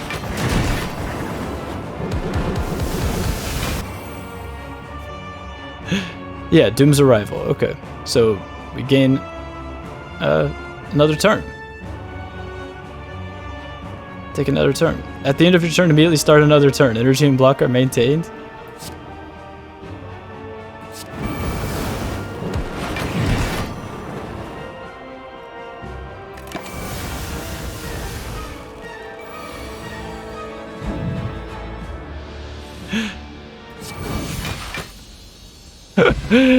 Wow. Another instant inferno? Maybe. I think I like Unleash Spirits here. Deal 6 damage to the enemy, repeat for each exhausted ethereal card. That's gonna do so much damage. Like, another Forked Flame. Yeah, turn it up is cool too, but I like another Forked Flame, and I think we could pass on this, but instant inferno is good. You could take another one if you would like. So we got some new boss relics too. Makeshift battery, gain energy, add a slime to your discard pile at the start of your turn. I don't know how we feel about that. Energy is good. At the start of your turn, reduce the cost of the most expensive card in your hand by 1 for the turn. This is a cool relic for sure. I like Idol of Retromation. But maybe we're not interested in playing all the cards in our hand all the time, so maybe like reducing this for the turn is not super appealing, for example. And odds are that would be one of the most expensive cards in our hand. Mark of the Ether replaces Spirit Brand first time you ignite a Ghost Flame each turn, gain energy. So it replaces our 4 block. That should be fine. We're good on block, we're good on HP, we're good on max HP, we're good on sustain. We're good. And we get to pretty much murk this merchant right now. We have the Defect as our 3rd boss. I like the idea. Just hunting down the merchant, getting the 300 gold from beating him, because we should definitely be strong enough at this point to do that, and then do something like this. We could check out some more events, new events with our Juzu bracelet, or we could continue and do fights, whatever. This is probably okay. I do like the idea of going to 2 shops if we can steal our gold back and get the 300 gold from merchant right there. So what are we trying to upgrade? We can upgrade this, choose to retract, advance, or do nothing. We could upgrade Kindle to ignite it if it's already lit or not. I kind of like this, just energy upgrade. Seems fine. Seems fine. We have a forge pot, so whatever.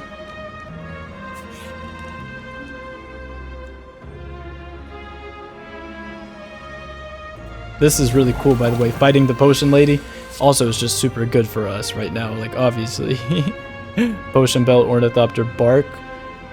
What's left? White beast? That's it, right? That's the last potion relic. Unless there's more, unless they've added more. But I doubt it. I haven't seen any, but they keep adding stuff. It's probably gonna be white beast though, right? Just to complete the trifecta. This deck is so broken. Wow. I mean, wow.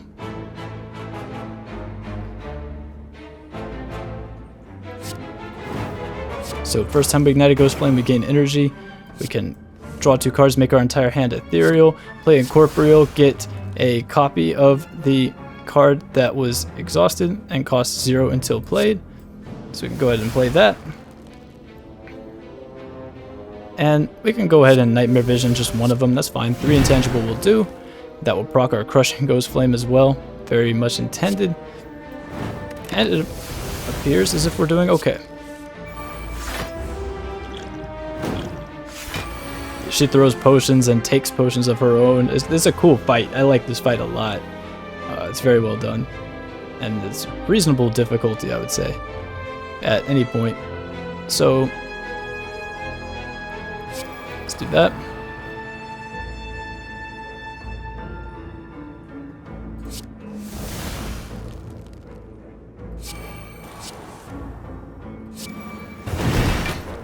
Even now, this is doing so much damage. Like, wow.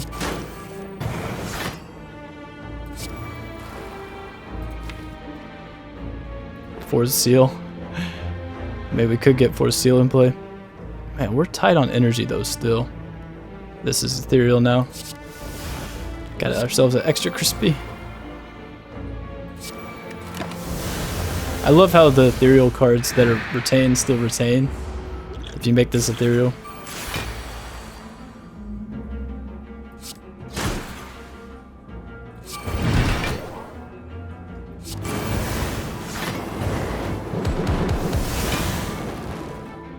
Just keep on applying more soul burn.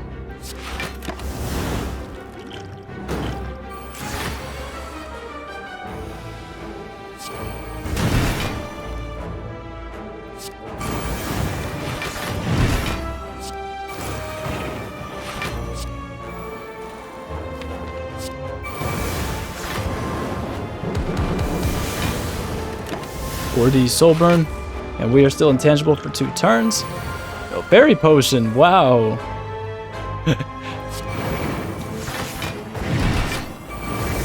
I love having 2 of these. That's one of my favorite cards, Forked Flame. I love that card for Hexaghost. Oh, intangible. Wow, that's cheating.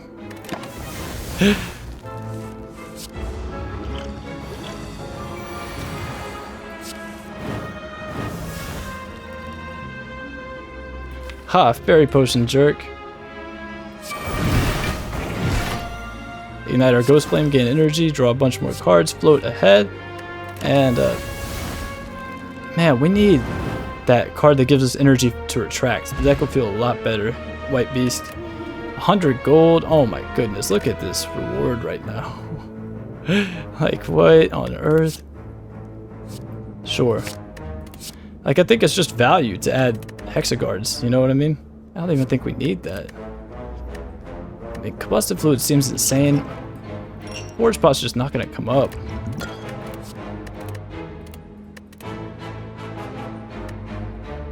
I mean, 10 dexterity, do we need that though? Like, maybe you even take this for Reptomancer, but igniting the current Ghost Flame 6 times seems pretty good.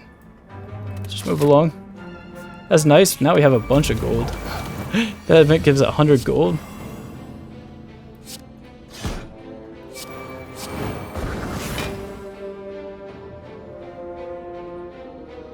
This is going to give some block for us. can also just do this, save some life, because igniting Ghost Flames gives us 3 block because of our power card. That's a cool relic recycler.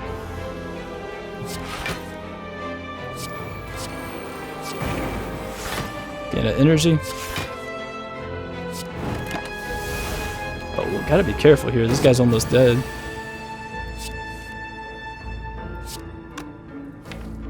Gotta get our 4th seal and our 3rd seal in play. Oh man.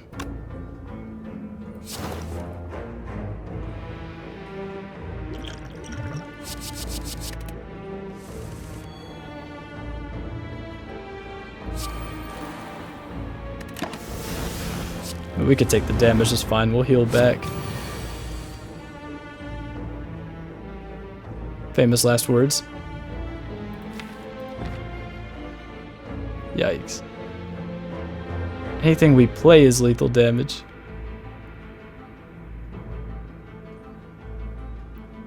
We could just take the 31 just for the sake of getting another card reward. Oh wait, we got Hexaghost. Hexaghost plus. We're fine. Maybe we'll just heal back. We got Ornithopter and potions for days. See? Float worked plus Ethereal Afterlife gain plated armor. Almost want another haunted hand, but I'm crazy. I mean, another Nightmare Vision. Ignite the current Ghost Flame extinguisher. Another Nightmare Vision? Sure. I mean, it's a little bit janky, but the deck is getting bigger. So I'm okay with it. Don't need these. I almost want another haunted hand. Why not? Just make it 4. 4 hands. And we got an extra Nightmare Vision to go with it.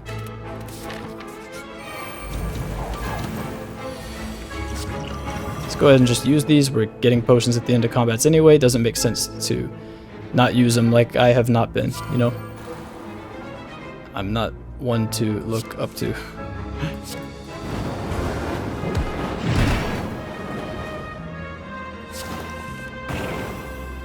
Why did I do that? Now we're gonna lose a card reward again. Oh no. Oh no. But we get another Unleashed Spirits because this was made ethereal by the Haunted Hand. We get another one because of Recycler. That's appreciated. Appreciate the thought.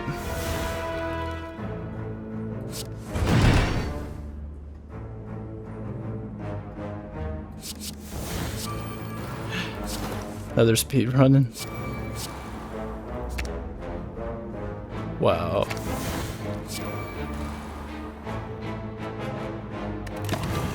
And we could just get him back. That's crazy.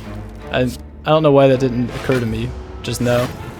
Hexaghost is so good.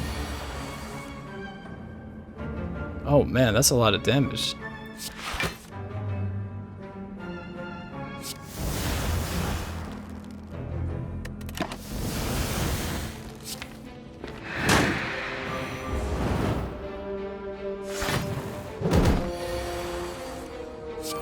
That's it, right? Alright, sick.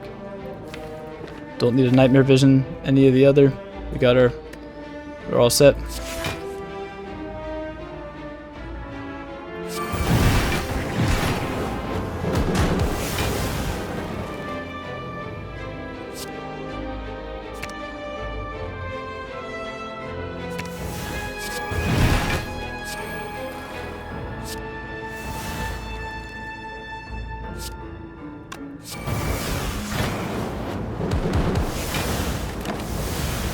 That wasn't very productive of me, and we're actually at low health at this point, but we got potions. Not too worried.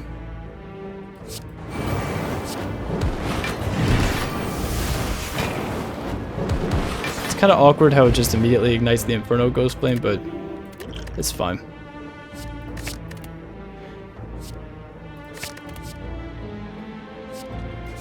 Alright.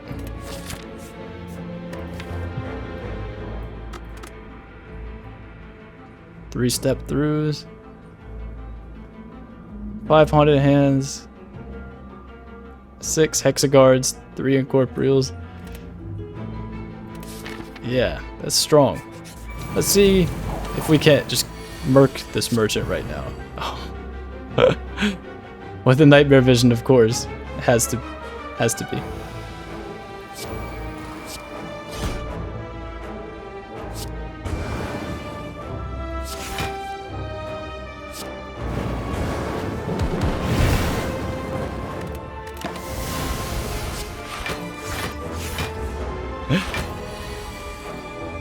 Alright, how do we actually win this fight right now? We need to do something like play a combustive fluid on this bolstering ghost flame a bunch of times.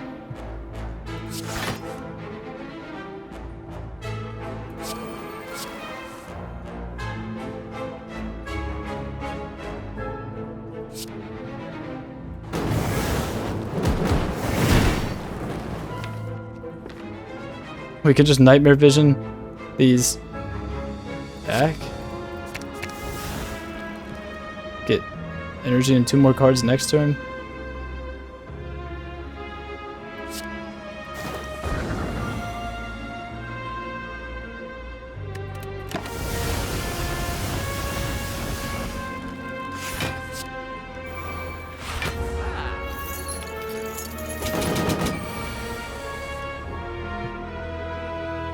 Oh, this is how we kill Merchant. Like, this is just gonna do so much damage.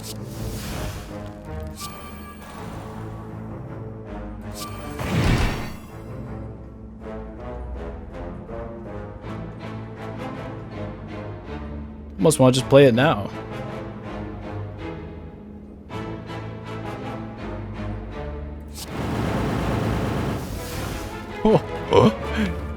We can nightmare vision that back, or are we out of nightmare visions? Other ones in the discard pile, we're not going to see that again, huh?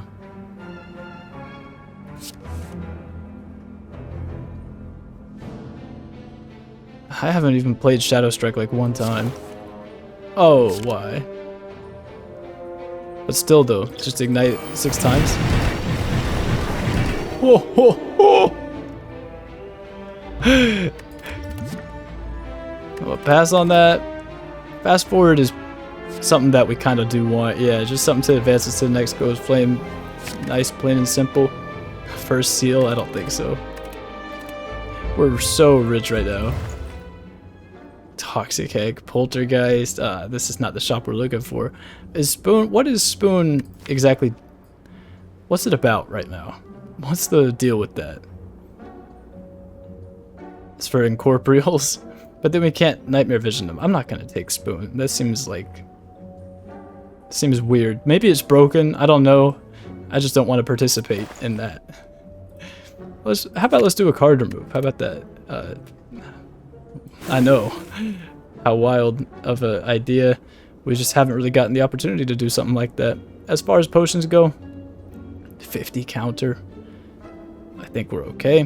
We have another shop, right? This is also very interesting. Where you would die at the end of combat, or at the end of combat heal HP instead and lose his buff. This used to be heal to half HP or something, so they changed that. I'm glad about that. I mean, we could just rest. We really might as well just rest. There's nothing better to do. We could upgrade our Haunted Hands to draw more. Upgrade Incorporeal to cost less life. Just got nothing better to do. Wow. That makes me more excited for this run for sure. I mean, I'm already excited about it. It's just I kind of feel as if we're going through, you know, I'm really looking for something to make the deck move, like some way to generate energy, like a rewind. Like a rewind plus would be fantastic. We don't, like, I'm trying to get a rewind in these next few floors and upgrade it. That's my current idea, because rewind gives you energy and draws a card for 0 cost and retracts, and that plays really well with our card draw, our step throughs and stuff, and it would make this deck feel a lot more fluid. But I kind of feel like I'm just resorting to intangible spam because it's in front of me, and it seems to be the move.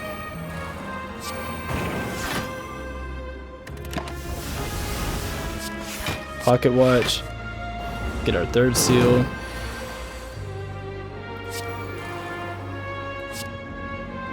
Oh, we're being threatened for a lot of damage right now.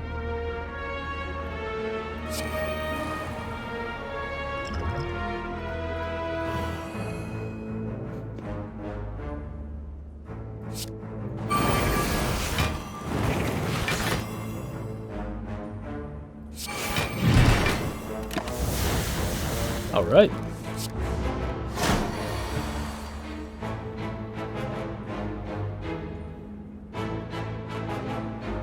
Nightmare Vision on... we don't have so much worth it right now.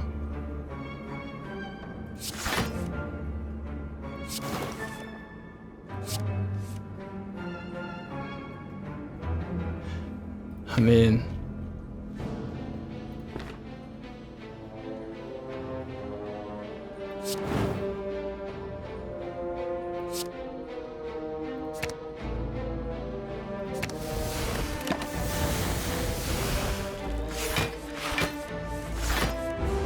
value. It's just value. And now this Unleashed Spirits is so funny too. I like this. And then we just advance to the next Ghost Flame, get our energy for Market the Ether. I don't think I've taken that relic before. First time we retract each turn, get energy and draw a card. Retract, that's a cool power. And it's only the first time, so we're not getting anything from that.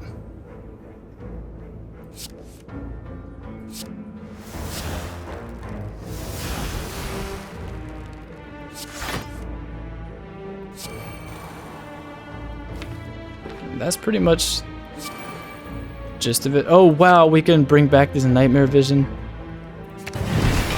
Oh no, dude. This is a loop for Infinite Intangible. I didn't realize that Nightmare Vision allowed you to exhume another ethereal Nightmare Vision.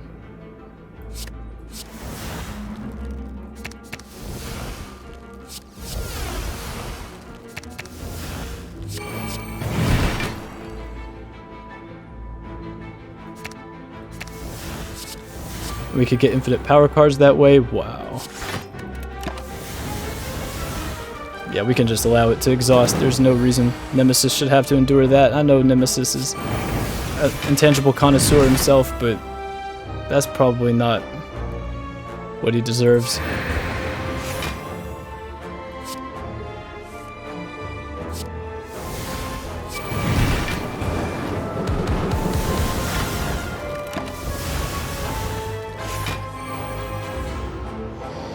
This is such an awesome card, Forked Flame.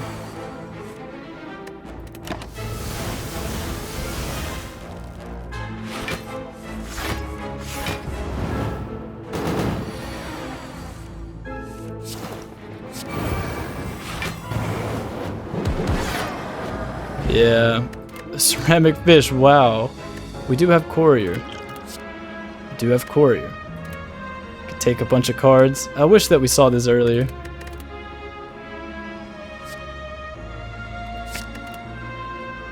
Infernal Form.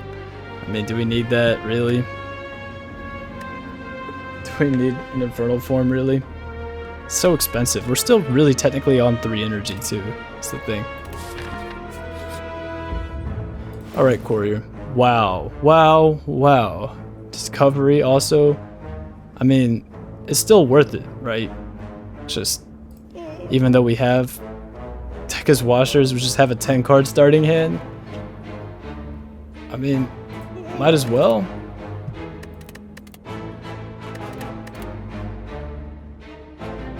Maybe one of these.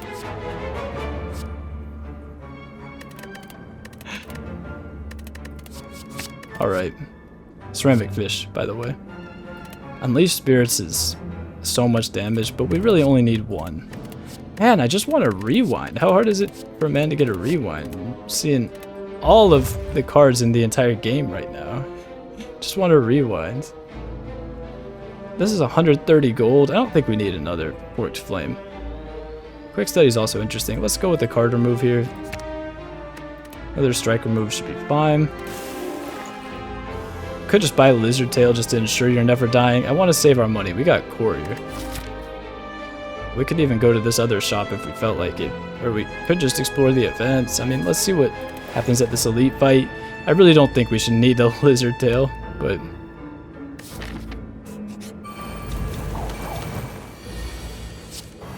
if this deck is just incorporeal, intangible spam, then that is what it was meant to be.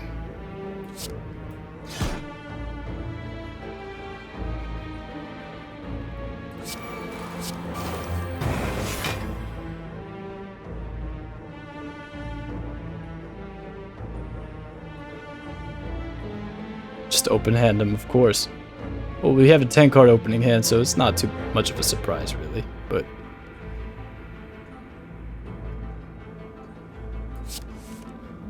so now we can Nightmare Vision our 2 other Nightmare Vision pluses. And then get back all these Incorporeals.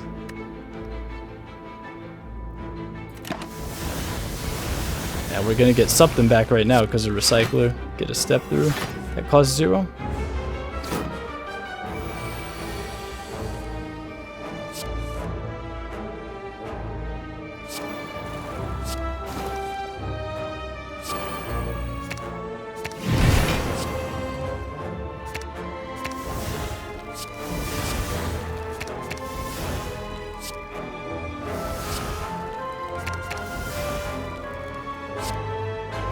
And it only costs 1 HP too, that's the thing. Because we're intangible, so we can't take more than 1 damage, so it only costs 1 HP to spam them. Like this. That's the thing.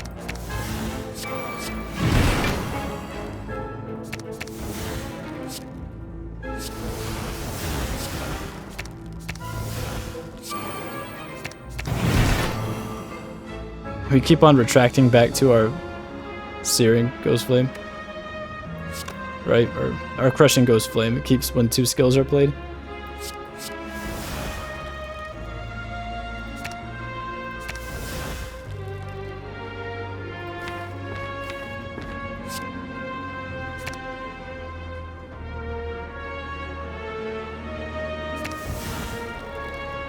Wow. Bug. Oh, I have 11 cards in my hand? Is that what's going on right now? Wow. How do I get energy? Just want energy so I can play this.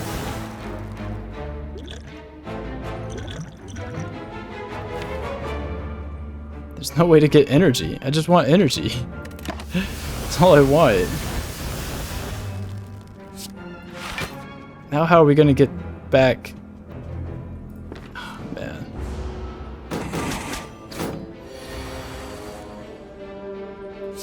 Can't even get that 3rd seal back now.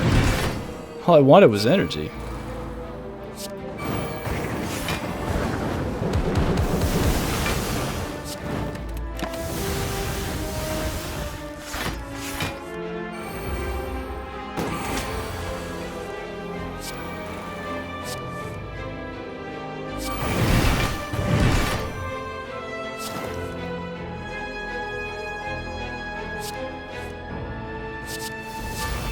Running.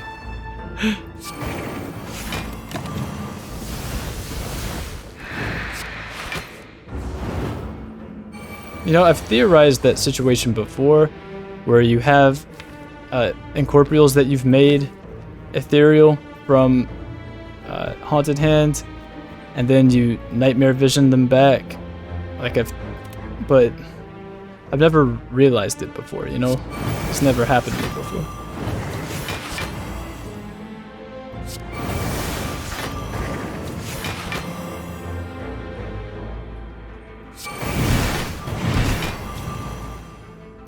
Yeah, like I don't really get what the deal with the temporary strength here is. That's my thing with speed running.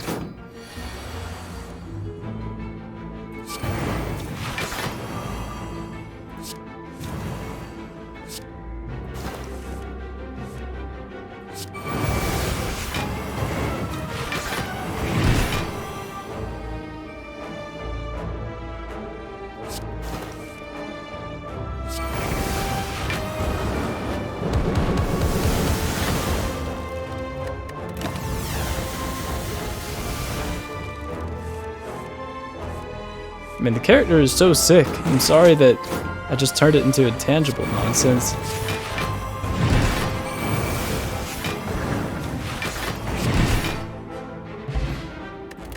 Ancient T said, "Thank you.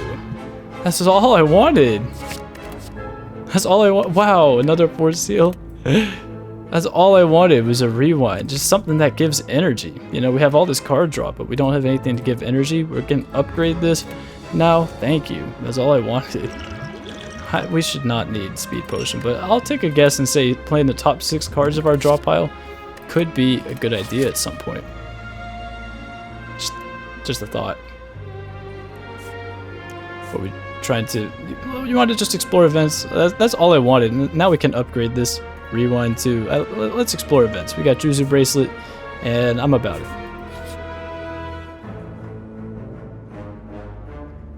Heal to full and lose 16 max HP. I don't want to lose 333 souls. We have Courier. I mean, heal to full and lose 16 max HP. That's probably fine. And we need to upgrade Rewind anyway. We have Ornithopter, and I mean, we could just do it. It's fine. Make it worth our time.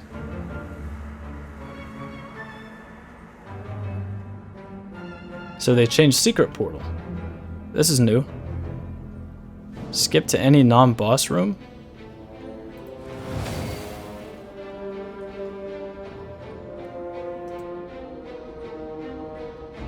You may skip any number of rooms the next time you move, but you cannot move into a boss room. Interesting, so we could go anywhere along this path. That's a cool change. I think it might be cool if you could go anywhere. Like if we could go to that shop right now. You know, that would be interesting as well. Like if we could just go to any node ahead of us at all, and not just on our paths. Because I'm still just going to go here anyway. But I like the idea. Secret Portal definitely needs a rework. Definitely. Anyway, we are to upgrade this so we can do some combos. Juzu Bracelet, by the way. Time to spin the wheel. Are we ready? So this is also cool. If you're not happy with this spin, then you can actually... Wow! Wow, that's 300 gold! That's insane. But if you're not happy with it, then you can fight him and take the wheel and spin it at the next campfire that you go to and get a different reward. So that is also a cool little feature. But wow, we got Courier and 700 gold right now.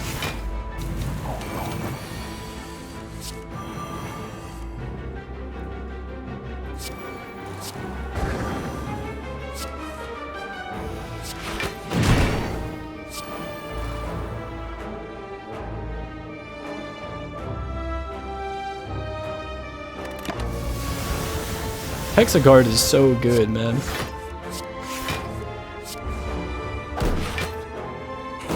I love that card.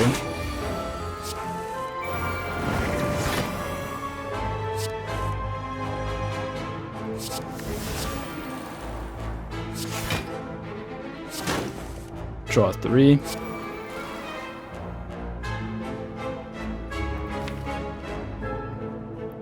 Another third seal, and that's it. So how do we save life here?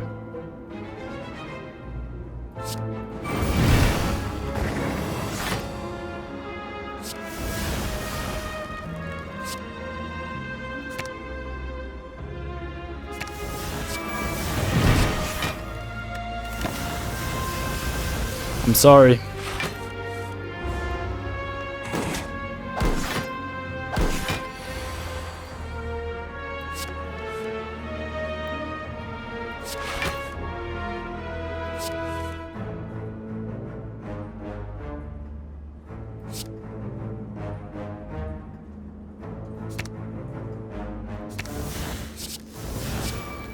The speedrunning card, man. I'm not about it. I don't see what it's about. 3 intangibles should be fine. Just trying to get this third seal in play, then we can unleash spirits on these guys for a completely unfair amount of damage. But this card is going to be a lot of fun. Retract and draw a card. It'll be the way we get to do more stuff, for sure. First time we retract each turn, gain energy and draw a card, retract. I could get behind this for sure at this point. Ghost Shield Plus. I mean, yeah, we could just gain infinite blur with this, right? With Nightmare Vision and with the intangible. We could also just gain infinite intangible, like we just don't need that, but also it's gaining 10 block and giving a blur ethereal afterlife. So maybe, since it's only afterlife, maybe it can't, because you can't just play it and it gives you a blur. It needs to exhaust ethereally, afterlifely. Wow. Take another rewind though, for sure actually, especially since we just took Devil's Dance. Third seal. It doesn't work in this fight. Okay, it doesn't give you a reward for that fight, but I will take another rewind. Yes, thank you. This is the card I was looking for this, like, 3/4 of this run. And we'll upgrade this at the last fire. Unbiased cognition. Whenever you play a power card, Defect gains 1 focus. Interesting. This is kind of Awaken 1-ish to me in a certain way. You know, just once again, power card punishment, you know. But we also, half of our power cards, if not more than half, don't even do anything in this fight because we can't get card rewards anyway. And we can still just ignite our Bowstring Ghost Flame from playing, like, Fast Forward, for example, to advance us. So, what do we do to start with? Is buffer.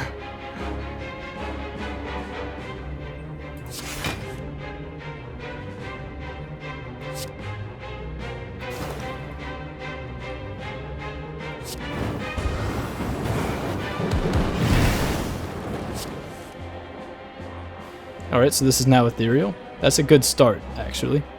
This is ethereal. I don't want this to be ethereal. Right, or this isn't even the good rewind, this is the bad one, but still, I'm not sure we're ready to give it up just yet. Then again, we're not giving anything up because Nightmare Vision, giving back 2 different Nightmare Visions is real. Turned off Pocket Watch, but that's okay. I mean, we get our extra card from Recycler, and I mean, so Defect is threatening 13 by 3 damage right now. This is new. They used to not have this labeled. I'm glad that they put that on there so that a simpleton like me knows what's going on. Let's go ahead and play Radiant Flame. That's probably worth giving Defect some focus to do.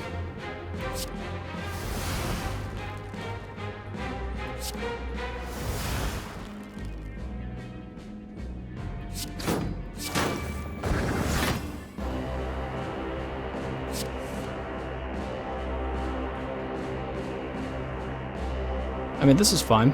Could just pass turn here. I love how all the stuff exhausts and you're just left with the good stuff. Haunted Hand is such a cool card.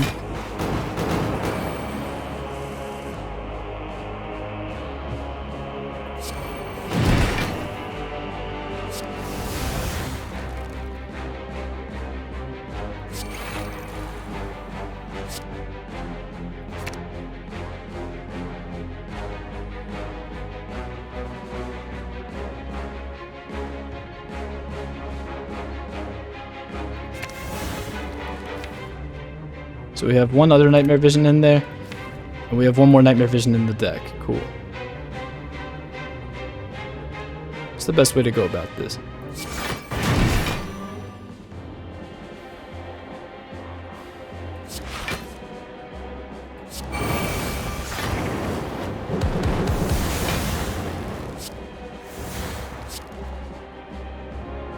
Ah, the other Nightmare Vision wasn't ethereal.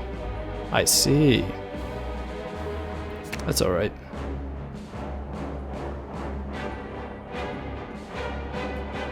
This'll do.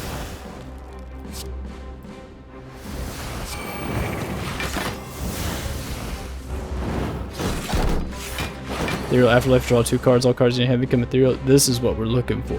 This is the combo we're looking for. Something like this. So, zoom to ethereal card. We need to make this ethereal. So let's play Haunted Hand on it.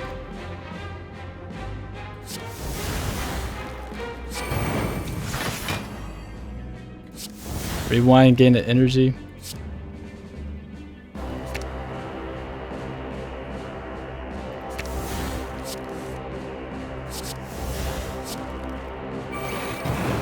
Take an extra turn, and well, that. Oh, that wasn't smart because this isn't. Oh, it is. It did become ethereal because we drew it with a Haunted Hand.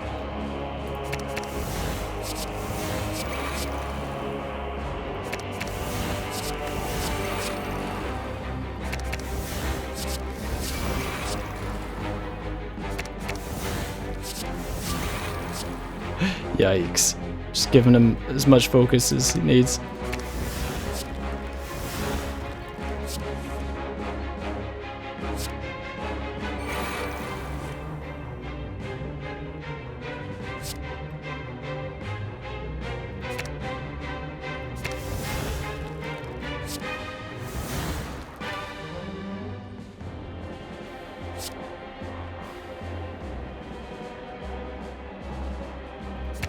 I mean, this will do.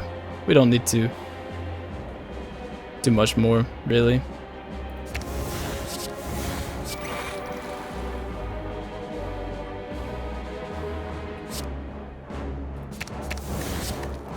Eight turns intangible should be fine.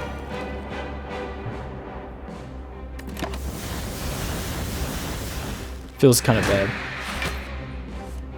Defect rocking a 10 focus.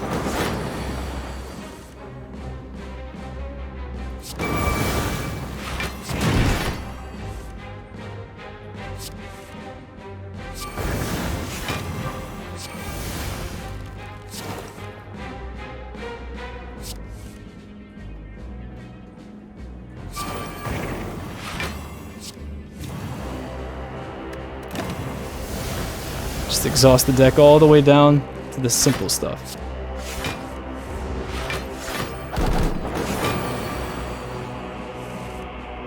Alright, so we got 6 cards left too.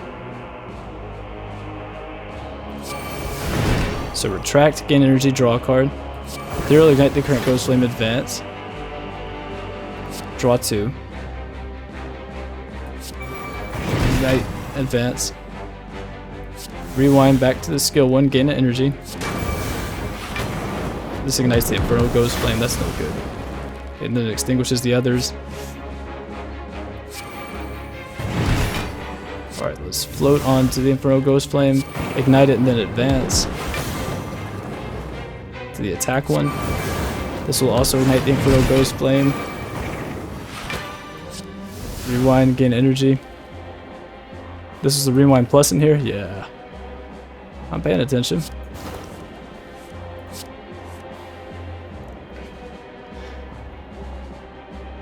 Alright. Don't even get the opportunity to take another turn here. That's pretty much just it, huh?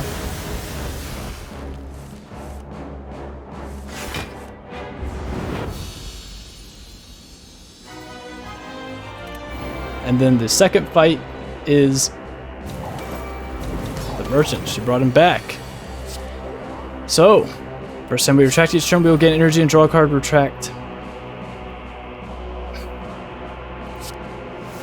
Tangible. Volcano Visage.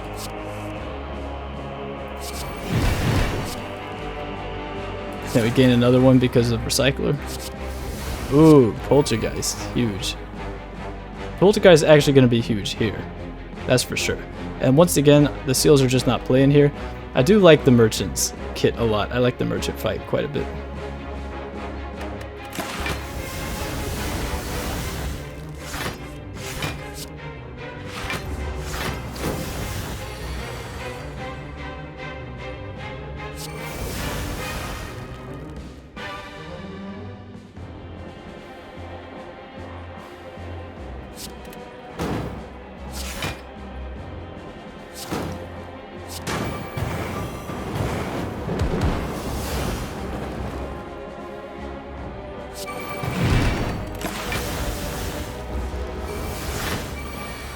The Merchant has a bomb ready for us, so we have to be careful, actually. Oh, never mind.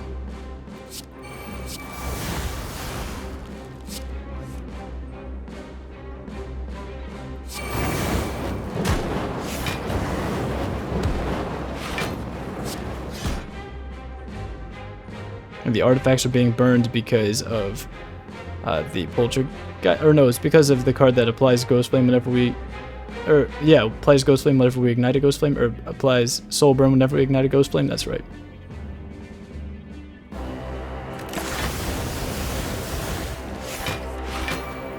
This 51 card deck.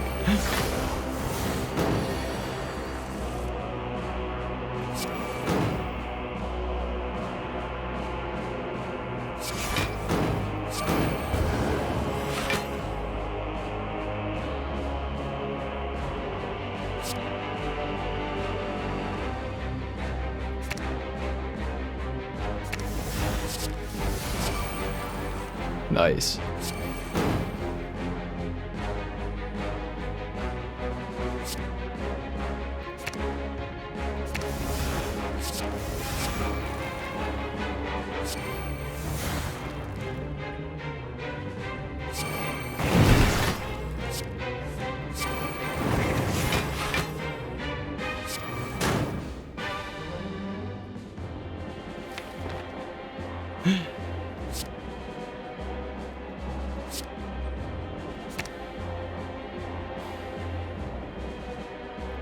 It's just kind of what it is right now. Get a Reclaim Afterlife card now.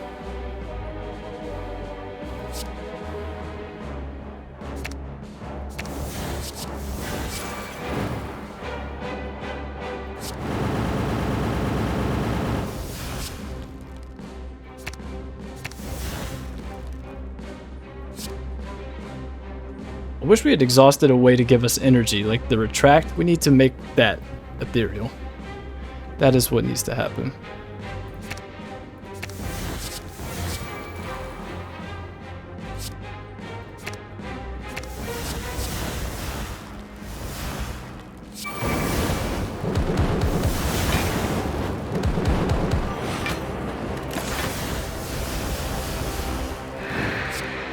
She brought him back.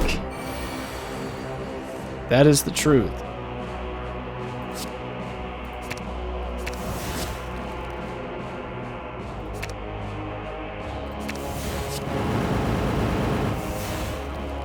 Just melted. It's gone. Spirits were unleashed. Ceramic Fish is sad that it took so long to show up. And you start at the elite fight. And we are given a series of interesting curses, unique curses, and more interactive curses. They're not even statuses, they're just curses. When you play the other card, change the cost of your hand between 0 and 3, then discard this, but it's also just exhaust, so we can just play it and not worry about it. And it's gone. Nice. What next? Well, the first time we ignite a ghost with each turn, we gain energy. We got our Hermit. Our Silent. When Silent dies, all characters gain 5 thorns. Gain 2 rugged and 2 vulnerable when the Hermit dies, and all characters gain 2 buffer when Defect dies.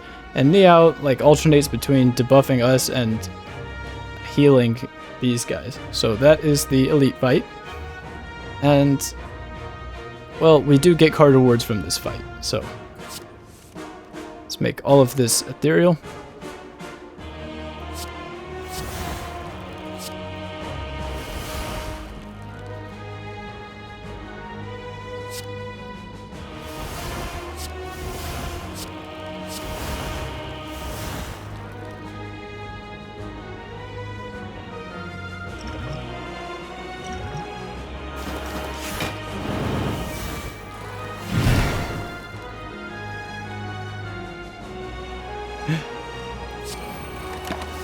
And Haunted is a cool curse. Ethereal, unplayable when drawn, add Ethereal to all cards in your hand. Haunted Hand. Kind of like Haunted Hand, yeah? They both have Haunted in the name as well. We're just intangible for 5 turns. Think nothing of it. Let's go after Defect first.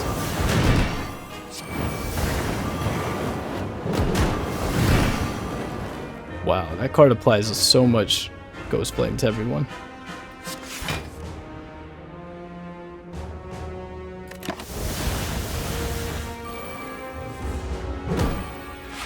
All I wanted was this. It came so late. Transform all cards in your hand into random status cards? No thanks. At the end of your turn, add a void to the top of the draw pile. Interesting.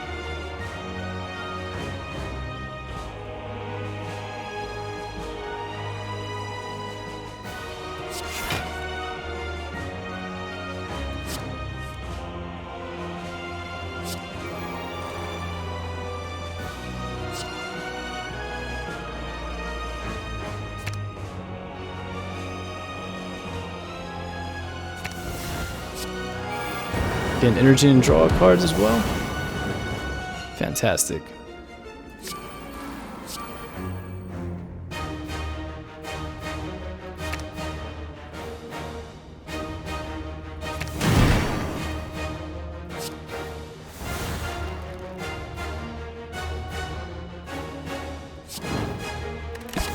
Strike. We still be playing strikes?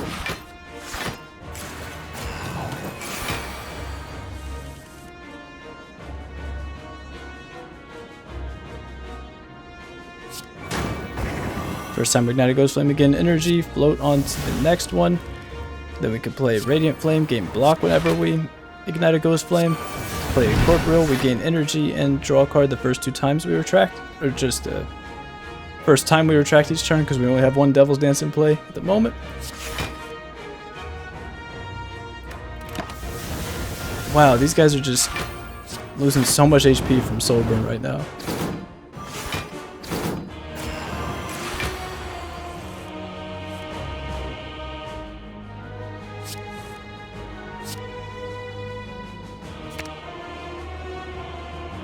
The other Nightmare Vision must not have been ethereal. Oh well.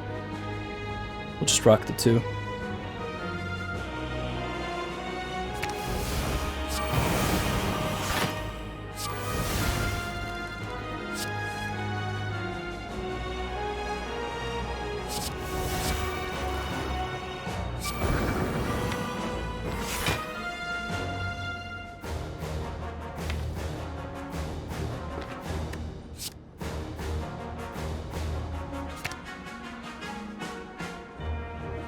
I wish our Spirits card was ethereal, but we didn't make it ethereal.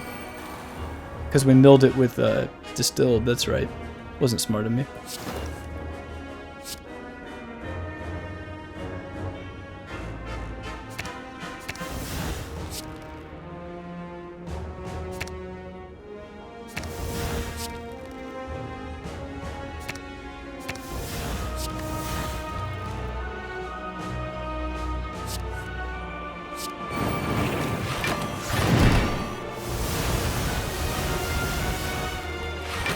And a blur, 7 block, 7 block, 7 block, draw a card, 7 block, draw a card. Hilarious character.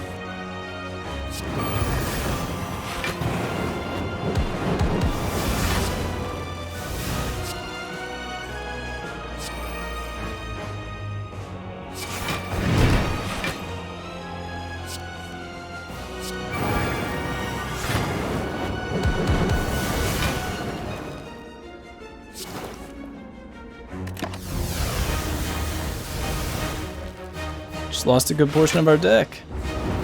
We still have a rewind, a fast forward. They gain 2 rugged and 2 vulnerable. Rugged makes the next instance damage they take to 3, but we can fix that by just damaging them a little bit.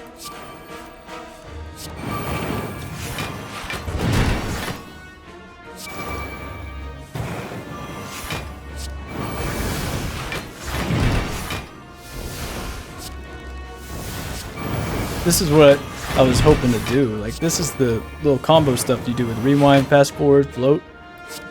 Like, float to the next one, rewind.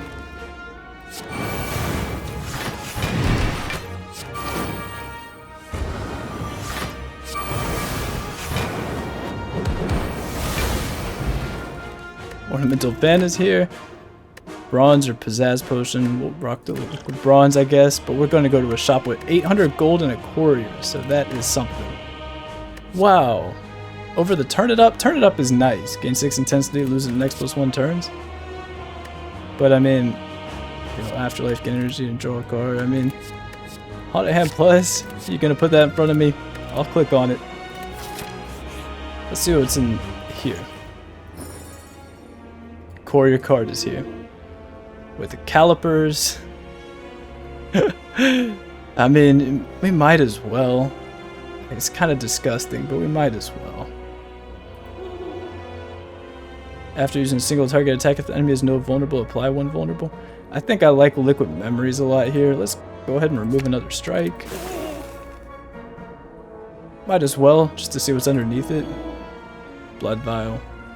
Turn It Up is 61 gold. Gain 6 intensity, losing the next +1 turns. I like this card upgraded a lot as well. We could take this and then we could upgrade it, but I want to upgrade the other rewind. That's the thing. Still. What are we bottling here? Devil's Dance? The bottle of Devil's Dance. Jeez, this deck is so brutal. Wow, we only have 6 power cards, really. But we have the skill that gives us power cards as well. Whenever an attack deals unblocked damage, apply 2 soul burn. We could. We very well could. I kind of want to get Liquid Memories. It's a good potion. Wow. Whenever you play 6 cards, deal 6 damage to a random enemy. I mean... Blood Vial. Just to buy it. Just to buy it. It's okay. Wow. The membership cards. Wow, 1100 gold membership card? That's funny. And we got our T-set value coming up. I want to get this upgraded really bad.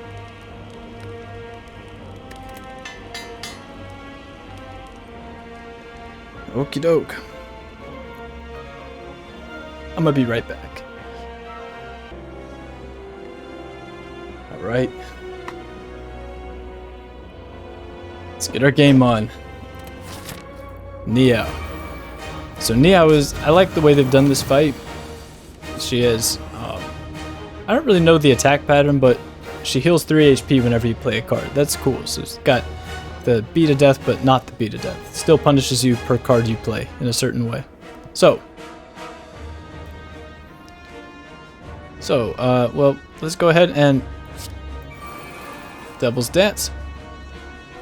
Now we will gain energy and draw a card every turn after this one when we retract, aka when we play our card that says intangible.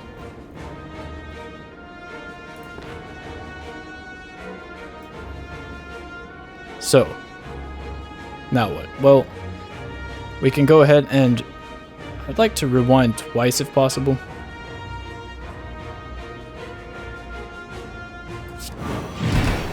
Let's ignite this Crushing Ghost Flame and this Searing Ghost Flame while we're on this Inferno Ghost Flame.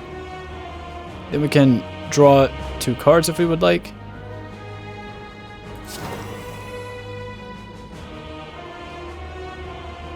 We can rewind back to this Skill Ghost Flame if we would like as well.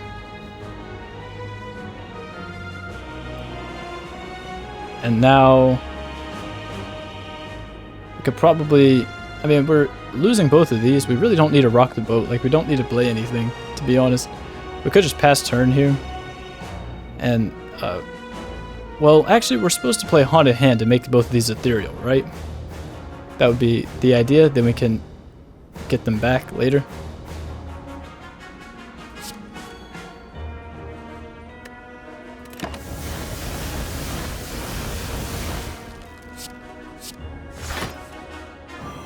How to defend from our recycler. This is a cool relic. Alright, so we get the 4 curse statuses.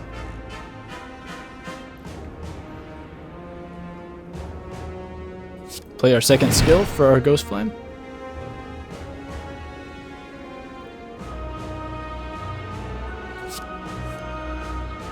Can float to our Inferno Ghost Flame.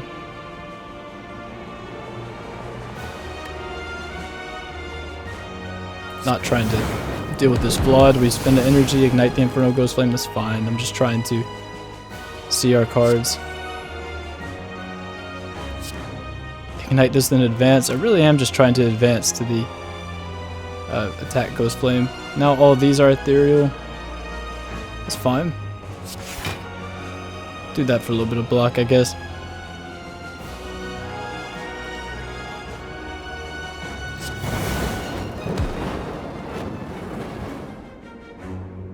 Kind of want to just Liquid Memories, like this Forked Flame and Step Through, or Fast Forward. I kind of want to Liquid Memories, yeah, let's just play the game. I want to get this and Forked Flame. So let's just ignite this, advance to the Crushing Ghost Flame, and play this so that we can just get our bolstering Ghost Flame ignited right now. And we are on this crushing Ghost Flame. I could ignite it 6 times if we would like. There's really no point though. We got our block from our Hexaghost. Drawing 2 cards. So Neow attacks and puts a Flawed in our deck. Or draw pile, I should say. And we want to keep this Rewind in play for sure.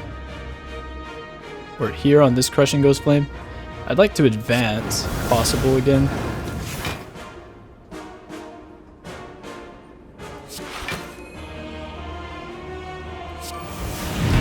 We get energy and draw a card because we have retracted.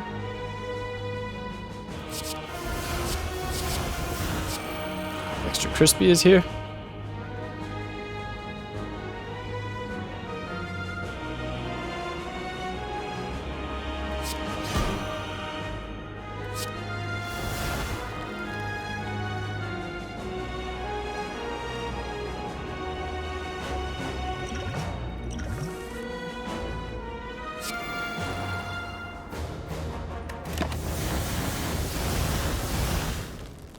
All of them are ethereal now. Unleash Spirits is here. Our Nightmare Vision has arrived. And that is pretty much the fight. I mean, that's pretty much it. We can just spam Intangible here.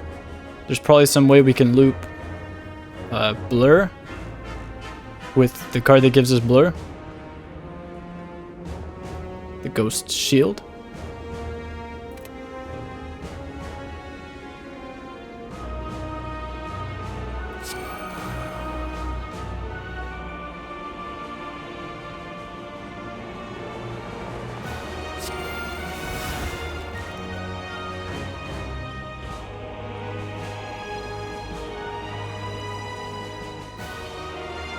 I don't know what the right way to do this even is.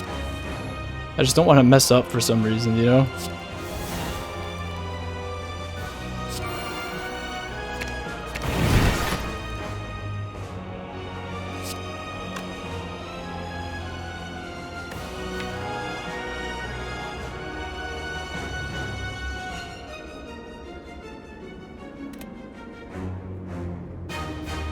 So it really is just grabbing another Nightmare Vision, grabbing another Incorporeal, and that's it. I feel like you could do so much more stuff here. But my brain just isn't coming up with anything better. Oh well.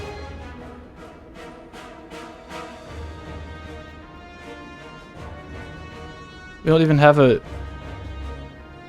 Incorporeal that's ethereal.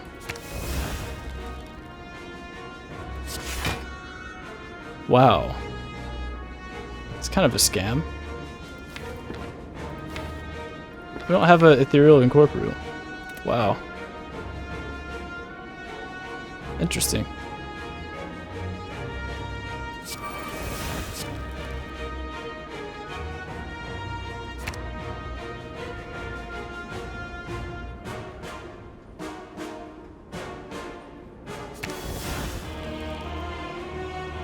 If this was upgraded, it gives an energy. I knew we should have upgraded this. Oh well.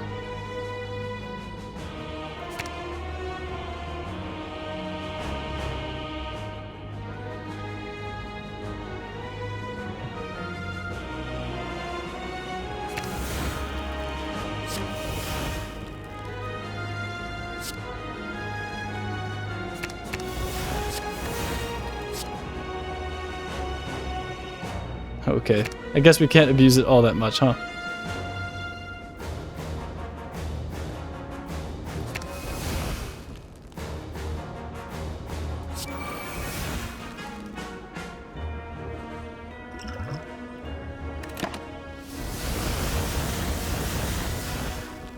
Alright, I messed up. We didn't have an ethereal Incorporeal. You caught me, Neow.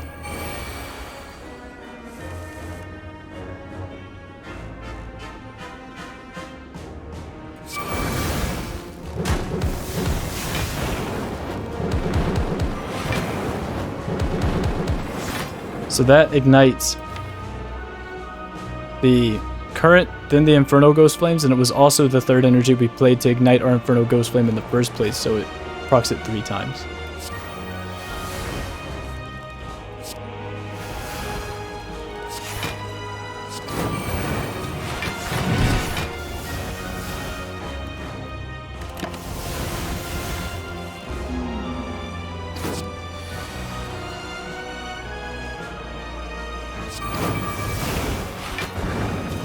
But we don't need the intangible thing to win anyway. I'm just upset at myself that I let myself get sloppy enough to mess that up.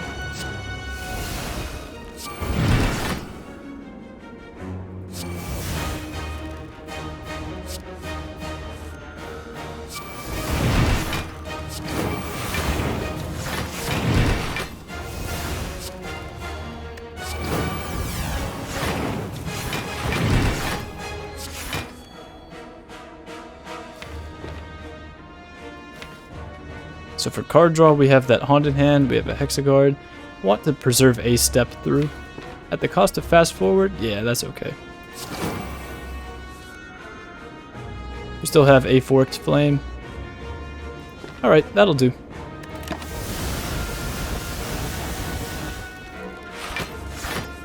Oh, that Forked Flame it didn't even get etherealized. So this is all we're rocking right now. How about that? So, we can play Float, move on to the Inferno Ghost Flame, ignite our Crushing Ghost Flame and our Searing Ghost Flame, play Step Through to draw him back, float on to our attack one, which we can ignite by playing Forked Flame, but that procs our Inferno Ghost Flame, but that's okay because we're still just dominating the fight, I guess.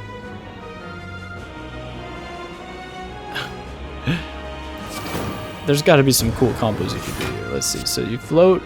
Now we can float onto our Crushing Ghost Flame. Ignites by playing 2 skills. So we'll play 1 skill, but that retracts to this Searing Ghost Flame again. So we can play this Forked Flame, but that ignites the Inferno Ghost Flame again. And Neow can't even take any more damage this turn. So what am I doing?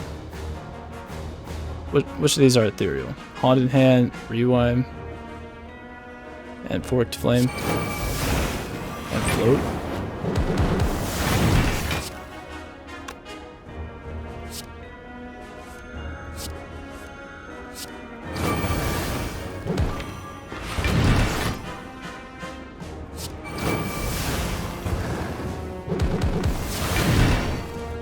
Now I see what that card is for.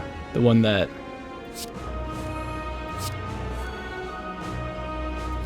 the one that reclaims an Afterlife card.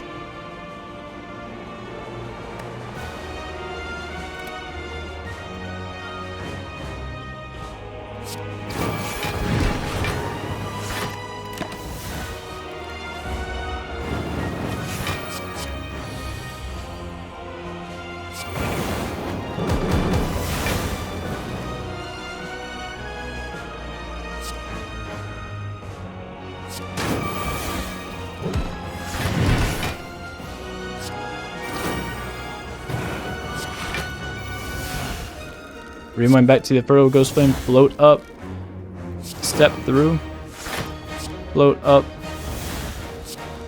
Forked Flame, ignite these 2, rewind,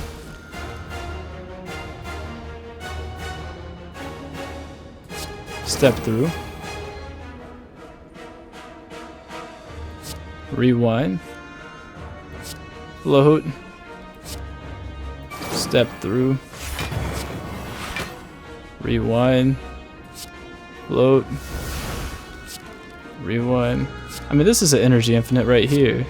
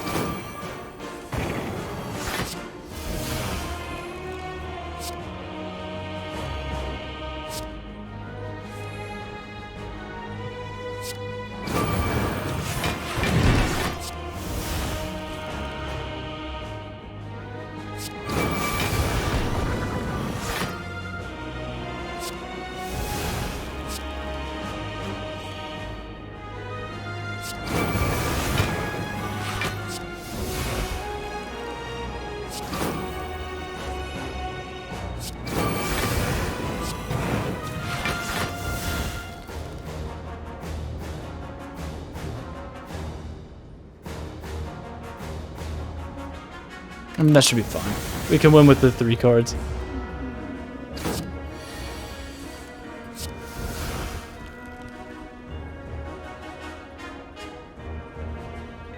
We have calipers.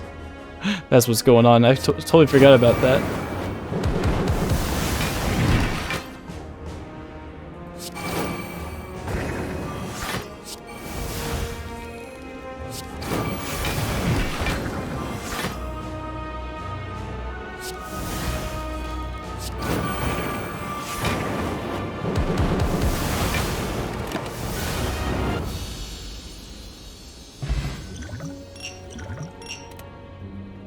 Don't need to ignite the current ghost flame 6 times, 2 different times.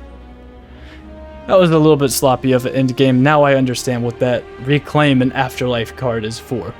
So that you don't get yourself in situations like that, where you only have a couple of cards in your deck. But, wow. Yeah, I feel like on average, downfall runs just take longer. Maybe it was just that run. Maybe I played slow. Maybe it was the deck. Maybe a bunch of things, but that is one take on the Hexaghost. I would like to go to the card list and share a couple of my thoughts, just condensed, like Super Luigi or whoever is, you know, whoever cares about my take on this character. I think it's awesome. I think it's an awesome character. I think you got some awesome stuff here. Hi, it's Tricky from Tomorrow.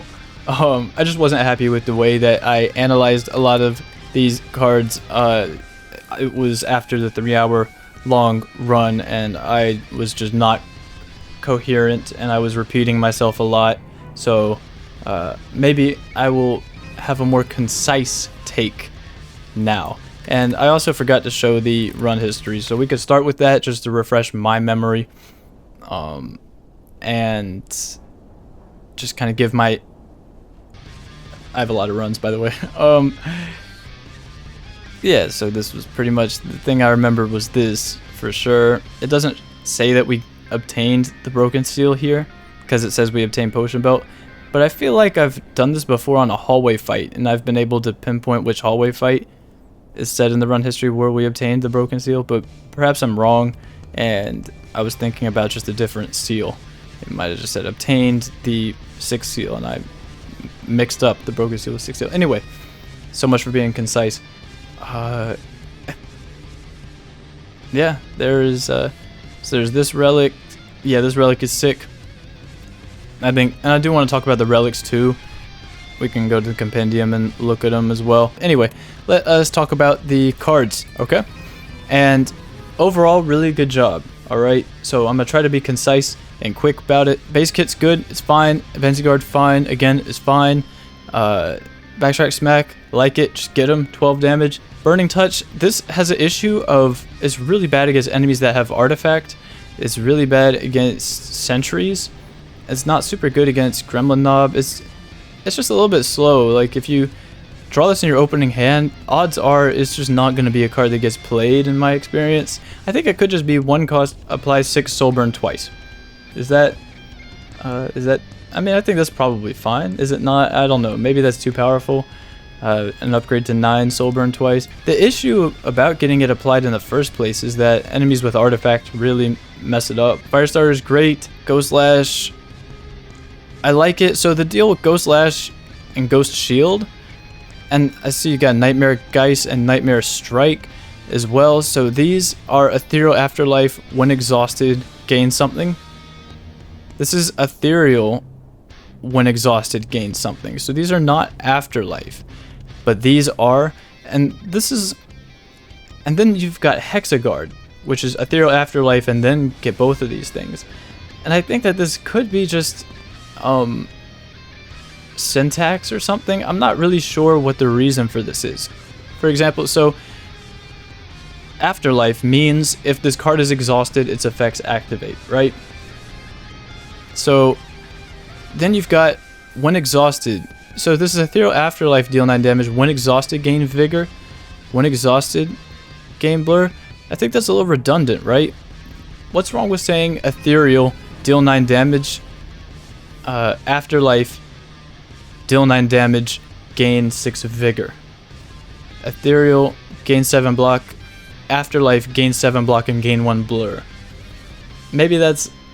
I don't know. I feel like when you have this Ethereal Afterlife mechanic and then it says when exhausted, maybe this is actually easier for someone to understand when they read it, because there is a lot with these effects kind of that you just need to read and keep track of, which we know that an average player probably doesn't even do. An average player is probably just playing cards until they run out of energy and just trying to have an experience. But if you really pay attention here, so Ethereal Afterlife, game block, draw a card. Pretty clear. Ethereal Afterlife, game block, when exhausted, gain a blur. So this is what it's saying is saying that if this gets exhausted, if this gets its Afterlife effect, then you're getting the block and the blur. This is saying that you can gain the block and draw, or you know what? It's just, and then we've got these, which don't even use the Afterlife term. What's wrong with saying Ethereal gain 9 block, Afterlife gain a shadow, guys? And then it says Afterlife. If this card is exhausted, its effects activate. How about if this card is exhausted, the effect activates? And Afterlife could just refer to whatever text, you know, comes after it. Is that fair? Maybe. I mean, I'm not knowledgeable on syntax, and I could just be missing something here. But that's kind of just my take. Is you can make this.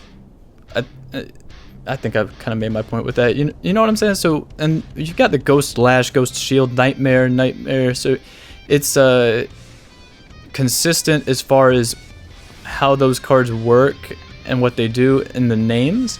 So this has definitely been thought out, and it's just that I think that it could be reworded to be a little more consistent, because if you got this Afterlife mechanic, honestly, I think the Afterlife mechanic is really sick, and I wish that there was more cards, like maybe an uncommon power that rewarded you a little bit for resolving Afterlife effects, and you can make these Afterlife as well. Anyway, Haunting Echo, I'm a fan, I like it.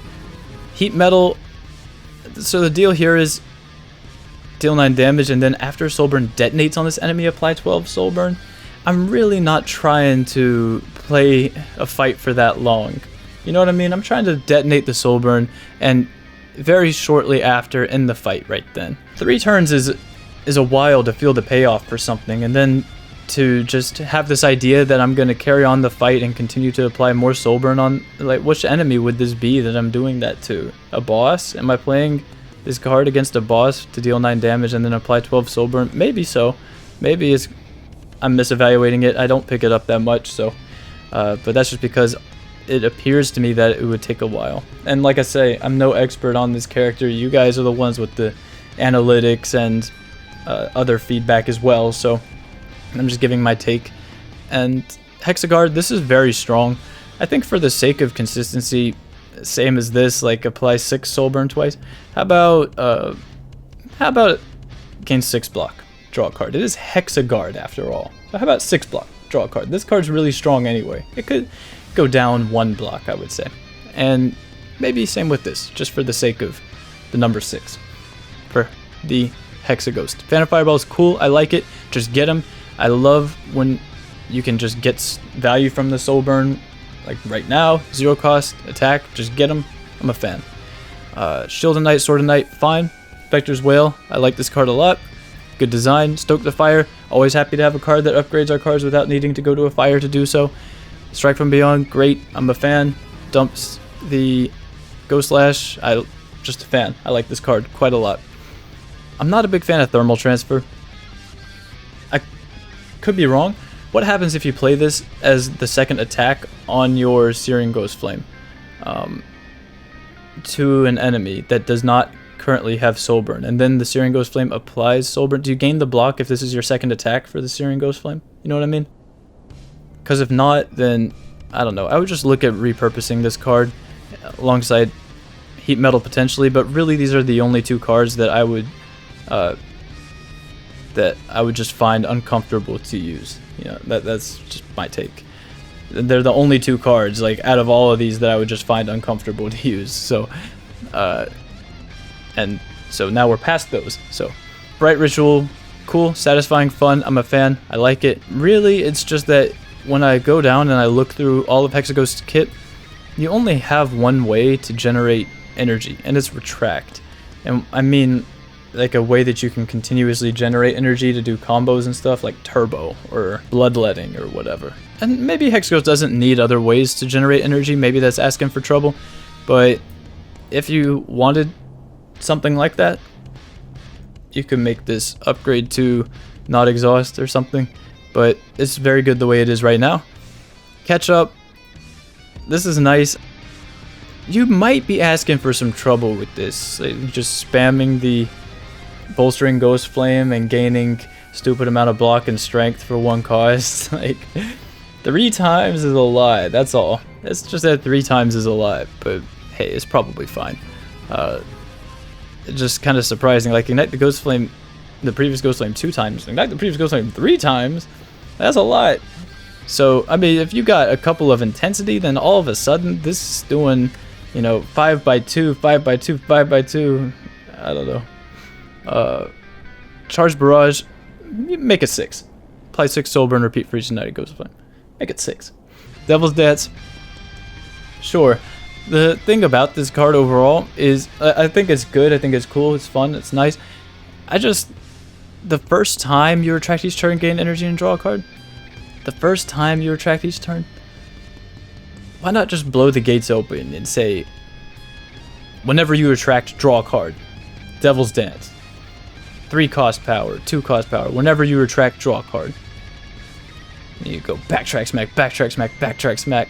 Like, I would enjoy seeing a build that could play into advancing and a build that could play into retracting more. I know it's archetype play and that's maybe not what you're going for, but just some ideas, and that would be my suggestion for speed running, for example. If you made this whenever you advance, draw a card, or whenever you advance, gain energy, or something like that. Anyway, we'll get to that later, my thoughts on that, but the first time is a good way to make sure that something can't be abused, and the fact that you play this and you immediately get value, like this is a really cool card, Devil's Dance Plus. You could even do something like this for speedrunning. The first time you advance each turn, gain energy, and draw a card, advance, for example. Now, Divider. So Divider is actually the attack that Hexaghost uses in the standard game on turn 2, right? Turn 1 is activate, and then turn 2 you get hit with the Divider, the percentage based big attack. You can make activate a card that adds a Divider into your hand for next turn, do something like that. That'd be my suggestion, just at least as far as this name goes. This isn't terribly inaccurate to what the actual attack is in the standard game, and of course it does not have to be 100% similar to the Hexaghost in the standard game, but how about make the upgrade 6? Serious though, like these things, people pay attention to that. This could be deal 6 damage. No, it couldn't. That would be bad. Like 0 cost, 6 damage. That might be too good. Never mind. But hey, where you can get away with it, I would try to get away with it. Heals 6 HP. It's Hexaghost. People pay attention to that. People appreciate stuff like that. I do, at least. This is an awesome card. I like Area Expedition quite a bit. Power Flame's totally fine. Extra crispy. So to me, cards and Ghost Flames apply 2 more Soul Burn. I'm never going to want this to be innate, and the same goes with speedrunning. I'm just not going to want this to be innate. If I have a Stoke the Fire, then I'm not going to want those cards to be upgraded from Stoke the Fire. I think cards that upgrade to innate, people tend to not really enjoy them. I'm not going to ever want this in my opening hand as far as I could tell. I'm not going to want the other one. I don't even know where I was. Where was I? I don't think I'll want this in my opening hand. How about this? You can make this innate on the grounds of, how about this? Soul Burn detonates a turn earlier.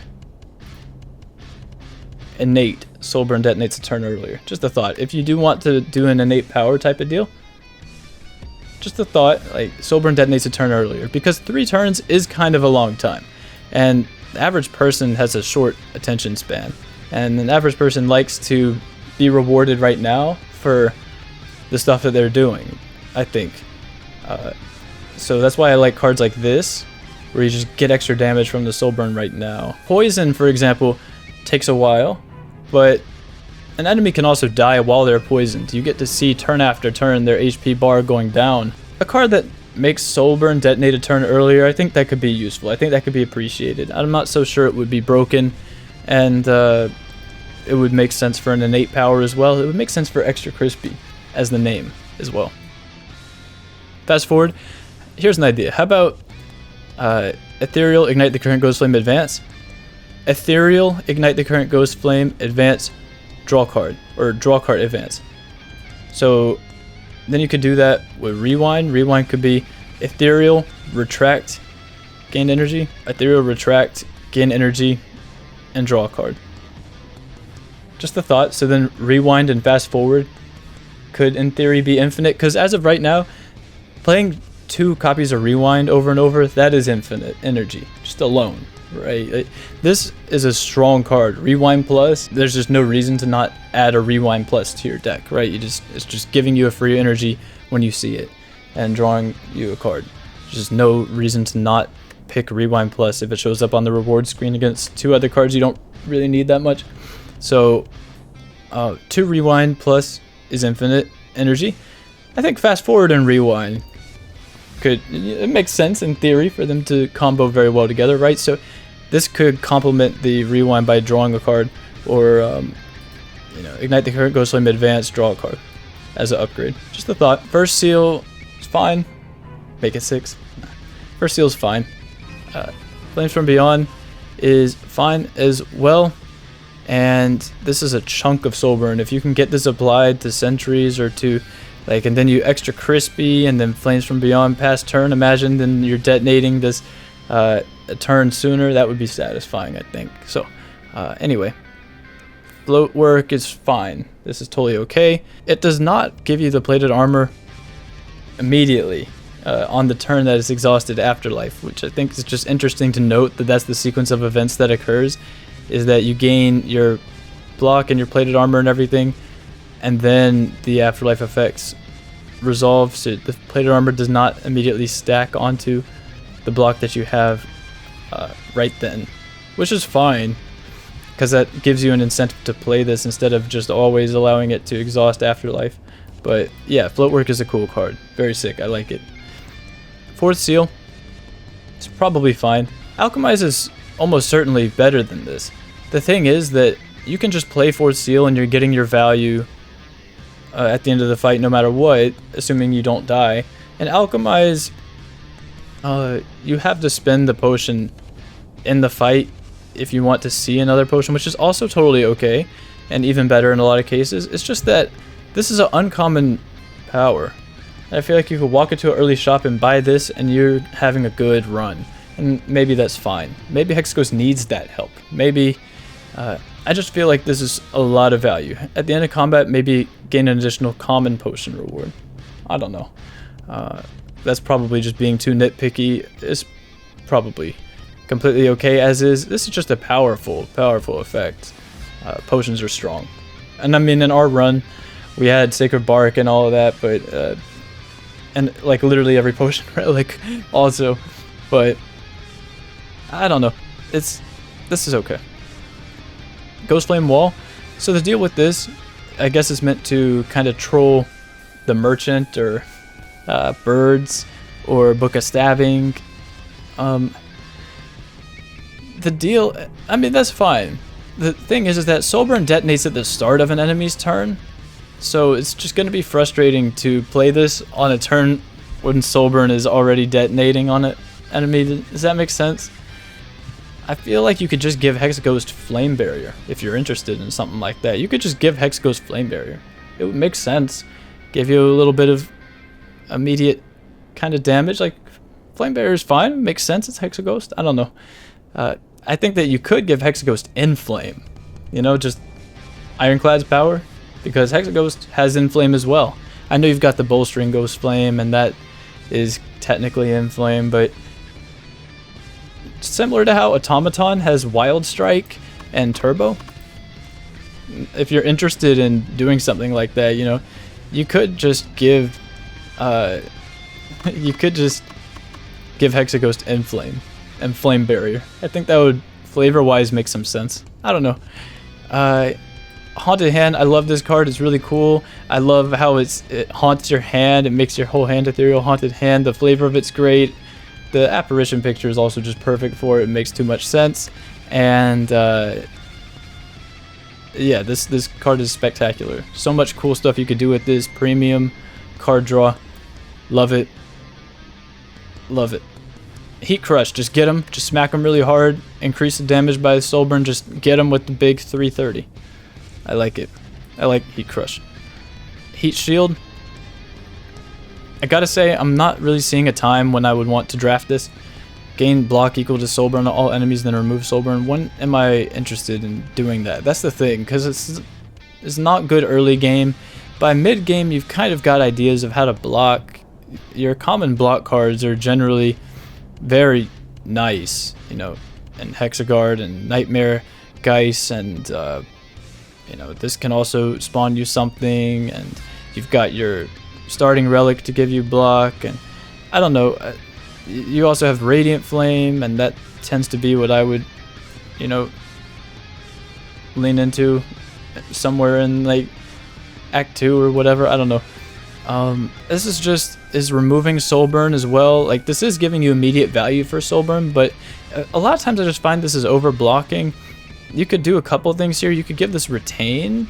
You could make this Afterlife game block equal to soul burn applied this turn to all enemies. Incineration, it costs 2. I just think that it'd be more convenient to have a card that burned through artifact in the form of a 1-cost card, like Burning Touch could be that card, right? Applies 6 soul burn twice, kind of help you work through artifact, because you do have in your kit, you know, in your Ghost Flames, you kind of get trolled a little bit by artifact. So Incorporeal, you're kind of asking for trouble when you give a character intangible, especially in the form of a 0-cost uncommon card. This downside is not going to matter when we spam intangible, because that's the thing about intangible, is that you are just never really punished in the standard game for stacking as much intangible as humanly possible. Like, there's just no downside to it usually. So because it stacks, and that's the thing, is lose HP. Oh, make this 6 HP, by the way. Hexaghost. Gain an intangible for 6 HP, and then you play it again and it only causes you to lose 1 HP because you're intangible. Like, reducing your incoming damage for the turn and upcoming turns to 1 is a very powerful effect. That's the thing. And I do think you're kind of just asking for trouble with stuff like Nightmare Vision, and this with the Haunted Hand. It's just that you can make this a rare if you wanted to. You can make it a rare, and you can make it lose 6 HP, make it 1 cost, and upgrade to 0 cost. So a rare card, upgraded 0 cost, still lose 6 HP, gain an intangible, exhaust. I think that might be fine. Like, it's a rare card, you know. And the thing is that, honestly, in the average run, I picked this up, and it's, you know, sometimes you don't want to play it, yeah, because it'll lose you HP. But if it's going to save you more than 5 HP to play it, then you just are always playing it. Pretty much retract, I mean, that's okay. We'll figure out what to do once we retract. We'll just advance if we need to. Or it's just you're kind of opening up some really degenerate possibilities when you give a character a card like this. That's the only thing. At least you're opening up degenerate possibilities to me. Living Bomb, I like quite a lot. It is good, utility, useful, makes a lot of sense. Nightmare Vision, this is an awesome card, really. I think this effect is so strong, though. That's the only, like, exhuming 2 ethereal cards, getting benefit from 2 ethereal afterlife cards. There is, of course, the inevitable downside that you just draw this in your opening hand and it does nothing. So maybe it's totally fair and fine just on those grounds alone, where we have a 50 or so card deck in that last run, and still every fight we're open-handing our 1 or 2 copies of Nightmare Vision, and together sometimes too. We had 3 in that run, but you know, up until the point when we had 3. Anyway, I think it's fine. You could also, if you're, because this upgrade is really strong, if you were considering making Degenerate Infinites with this a little bit less possible, or rather impossible, you could have it Exuma Afterlife card, and then upgrade to Exhume Many Ethereal card. That's a little bit underwhelming though.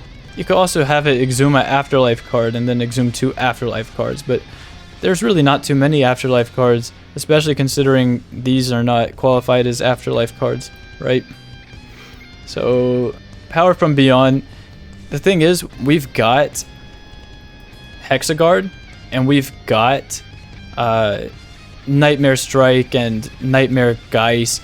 We have card supply for the following turns for the most part, and we also have Haunted Hand Ethereal Afterlife drawing you cards. I think that you can make this upgrade, gain 2 energy and draw a card next turn. Premonition, awesome card, super cool, flavorful, love it. Radiant Flame, gets the job done, like it, makes a lot of sense. Rain of Embers, awesome card, I like it. I like the idea here a lot. This is surprising to me. This is surprising to me. I think you could probably repurpose, Heat Metal and Thermal Transfer into some kind of vulnerable and weak cards. Potentially, just like a common vulnerable and common weak application sort of a card. And I would suggest for this upgrade to make it the same as this, because I think this is such a cool idea. I love this, where you spend energy for it, you play it, and it fulfills your Ghost Flame requirement or whatever, and then you gain energy so you can keep going or something, or you're just out of energy, and then you could still just repurpose this card because you have so much to do during a given turn. You're not really sure if you really want to do this, and how many turns do you really need to play this for anyway. Then you just play it and gain energy if you don't want to think about it. And I would like to look at this card the same way, where it's like, yeah, we just gain energy. So maybe upgrade this to remove the weak and give you an extra energy after it's been played. Just because I like this turn it up upgrade so much, I would suggest it for your other X cost card too. And then you could turn the cards that I think are a little bit underwhelming or not so exciting into vulnerable and weak cards respectively. Kind of help manage artifacts a little more, stack Ghost Flame sooner. Rewind, this appears to be the only way that Hexaghost can actually generate energy from a skill card, like repeatedly, over and over. You play a card to gain energy over and over, like Bloodletting, for example. Maybe that's fine.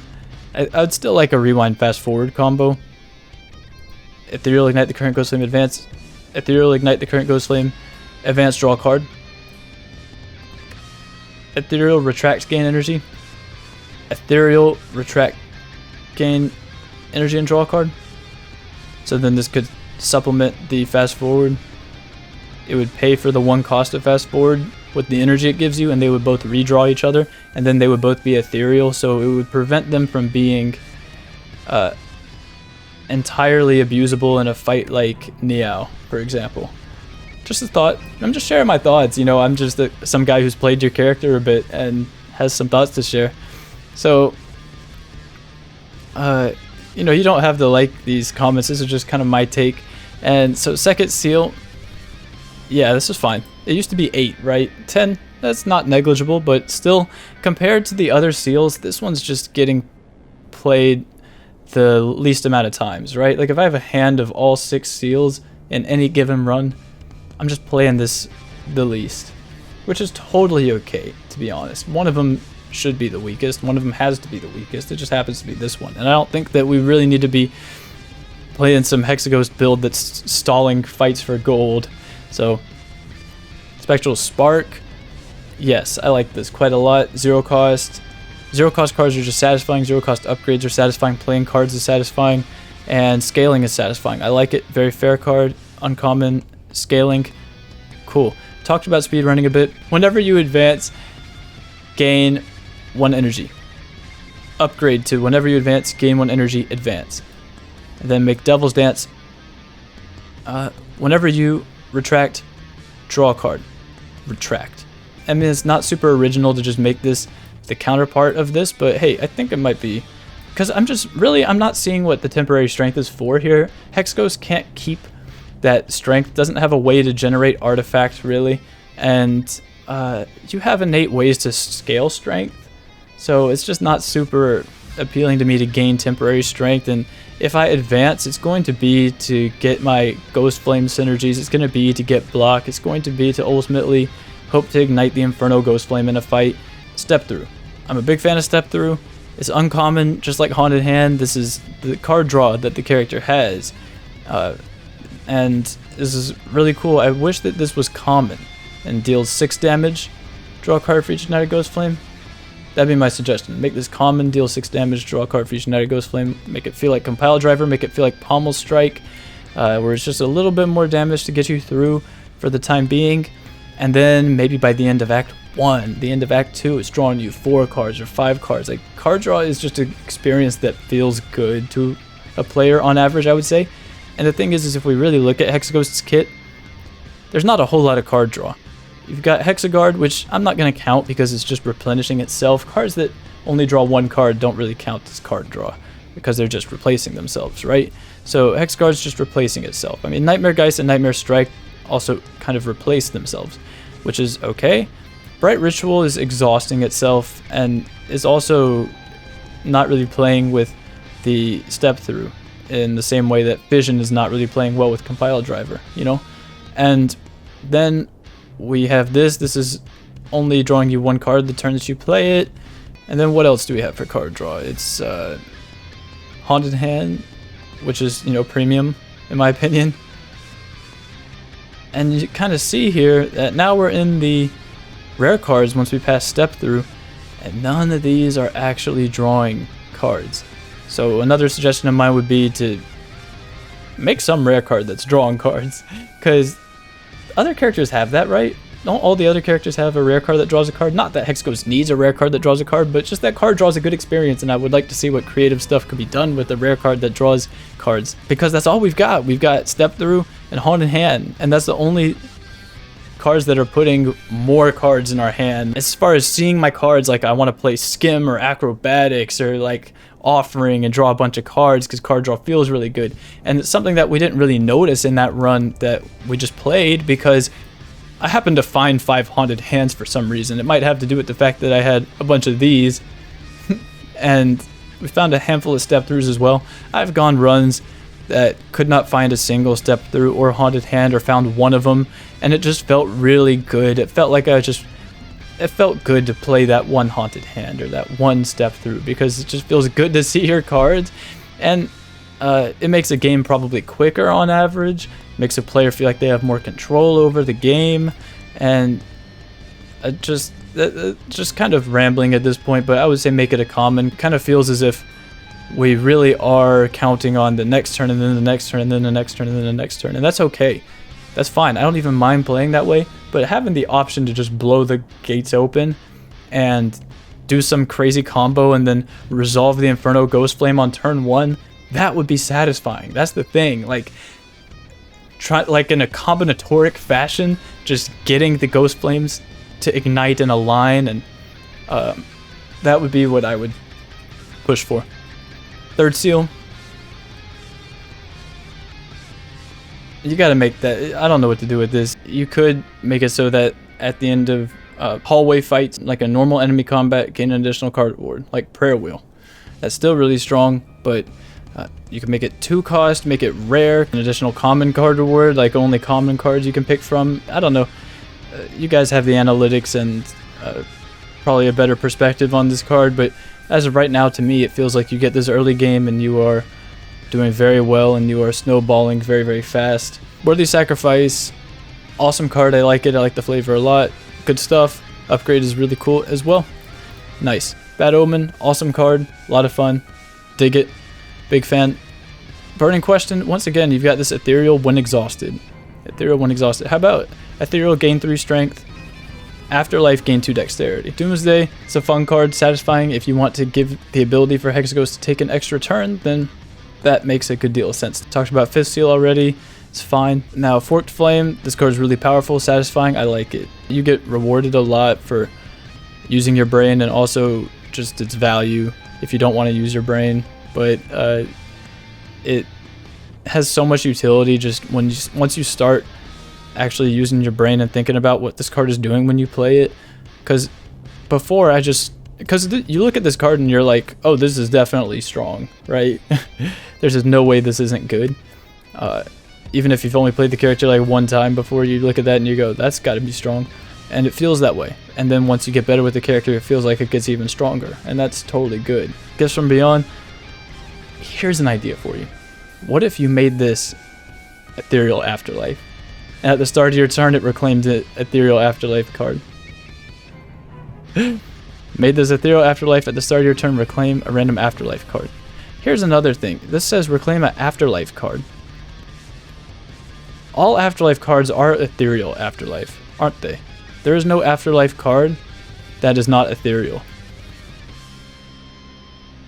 Right? Because they will use the phrase when exhausted instead, right? So there's no Afterlife cards that are not Ethereal. Yet you have this keyword of Afterlife, so I don't know. I feel like you can make this Ethereal Afterlife. And that'd be funny. It could reclaim itself, or if you didn't want that to happen, then you could just activate it. So it didn't do that, but that would be funny. Maybe it'd be too strong, but I don't know. I'm just putting ideas out there. Like I said, I'm just putting ideas out there. You no longer advance at the end of your turn. At the start of your turn, gain energy. This plays with the Haunted Echo.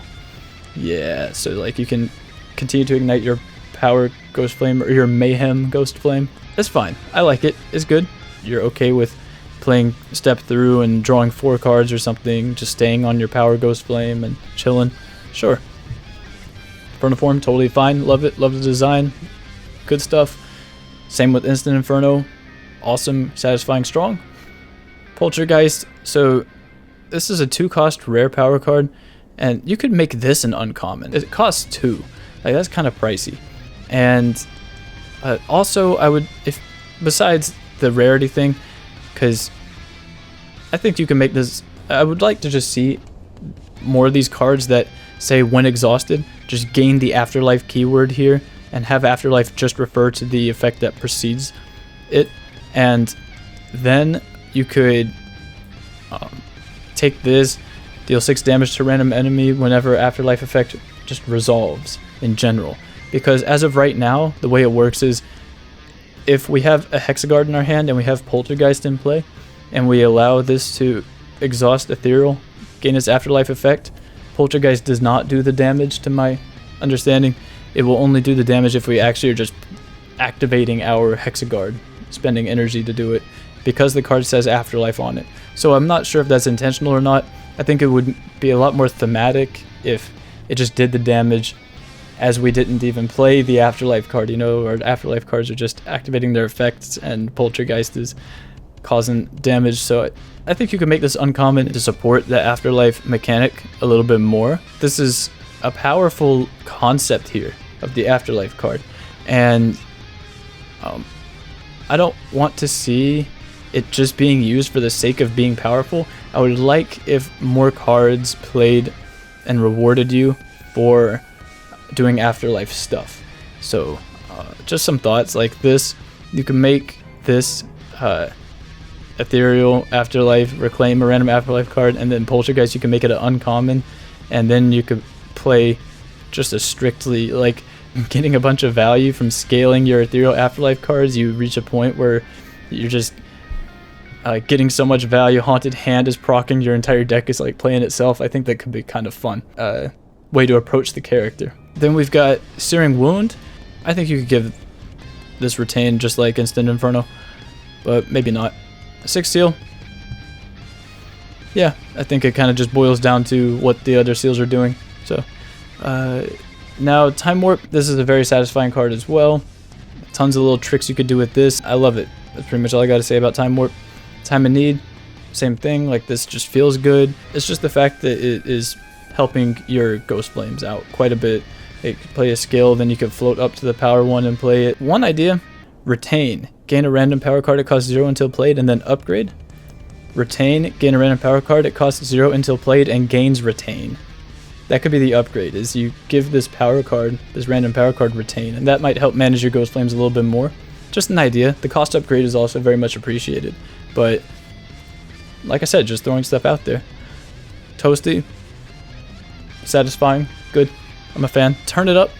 I love this upgrade. Like I said, I think this is super sick. And you can play this with premonition and stuff. Like, I'm a fan. I like this card quite a bit.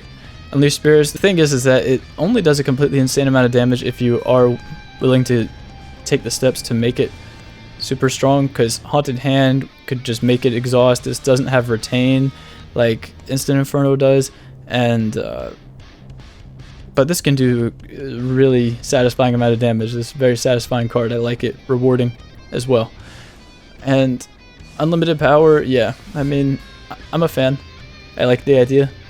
And I do like the idea with Doomsday for sure. I think that's a cool little combo. Premonition this or something, figure out a way to make it playable. Volcano Visage, this I used to underrate, so this is an example of, like, if I had done this video a week ago, then I would have talked about this card and I would have said I think it's extremely underwhelming. But honestly, in fights like the Act 4 Elite and even just the hallway fights in later game, this feels very, very solid. I'm a fan of this card. So, you know, what I'm saying is my perspective on any of these cards could just change. Common Relic, I feel like I see it a lot. This, yeah, the Bronze Idol. So this is a cool idea for sure. And I like giving life to status cards. Here's the deal. The burns apply Soul Burn. I would say find a way to integrate this into Hexaghost's kit. You could just make it that because you're playing Hexaghost, like just as a law, because you're Hexaghost, burns will apply Soul Burn to enemies. Like, you could just give this Bronze Idol burn effect to Hexaghost all the time. Just Hexaghost has that effect because it's Hexaghost. So just start him out with, I don't know if you have to create a separate relic that Hexaghost would begin the run with to do that, because that would be a little bit awkward.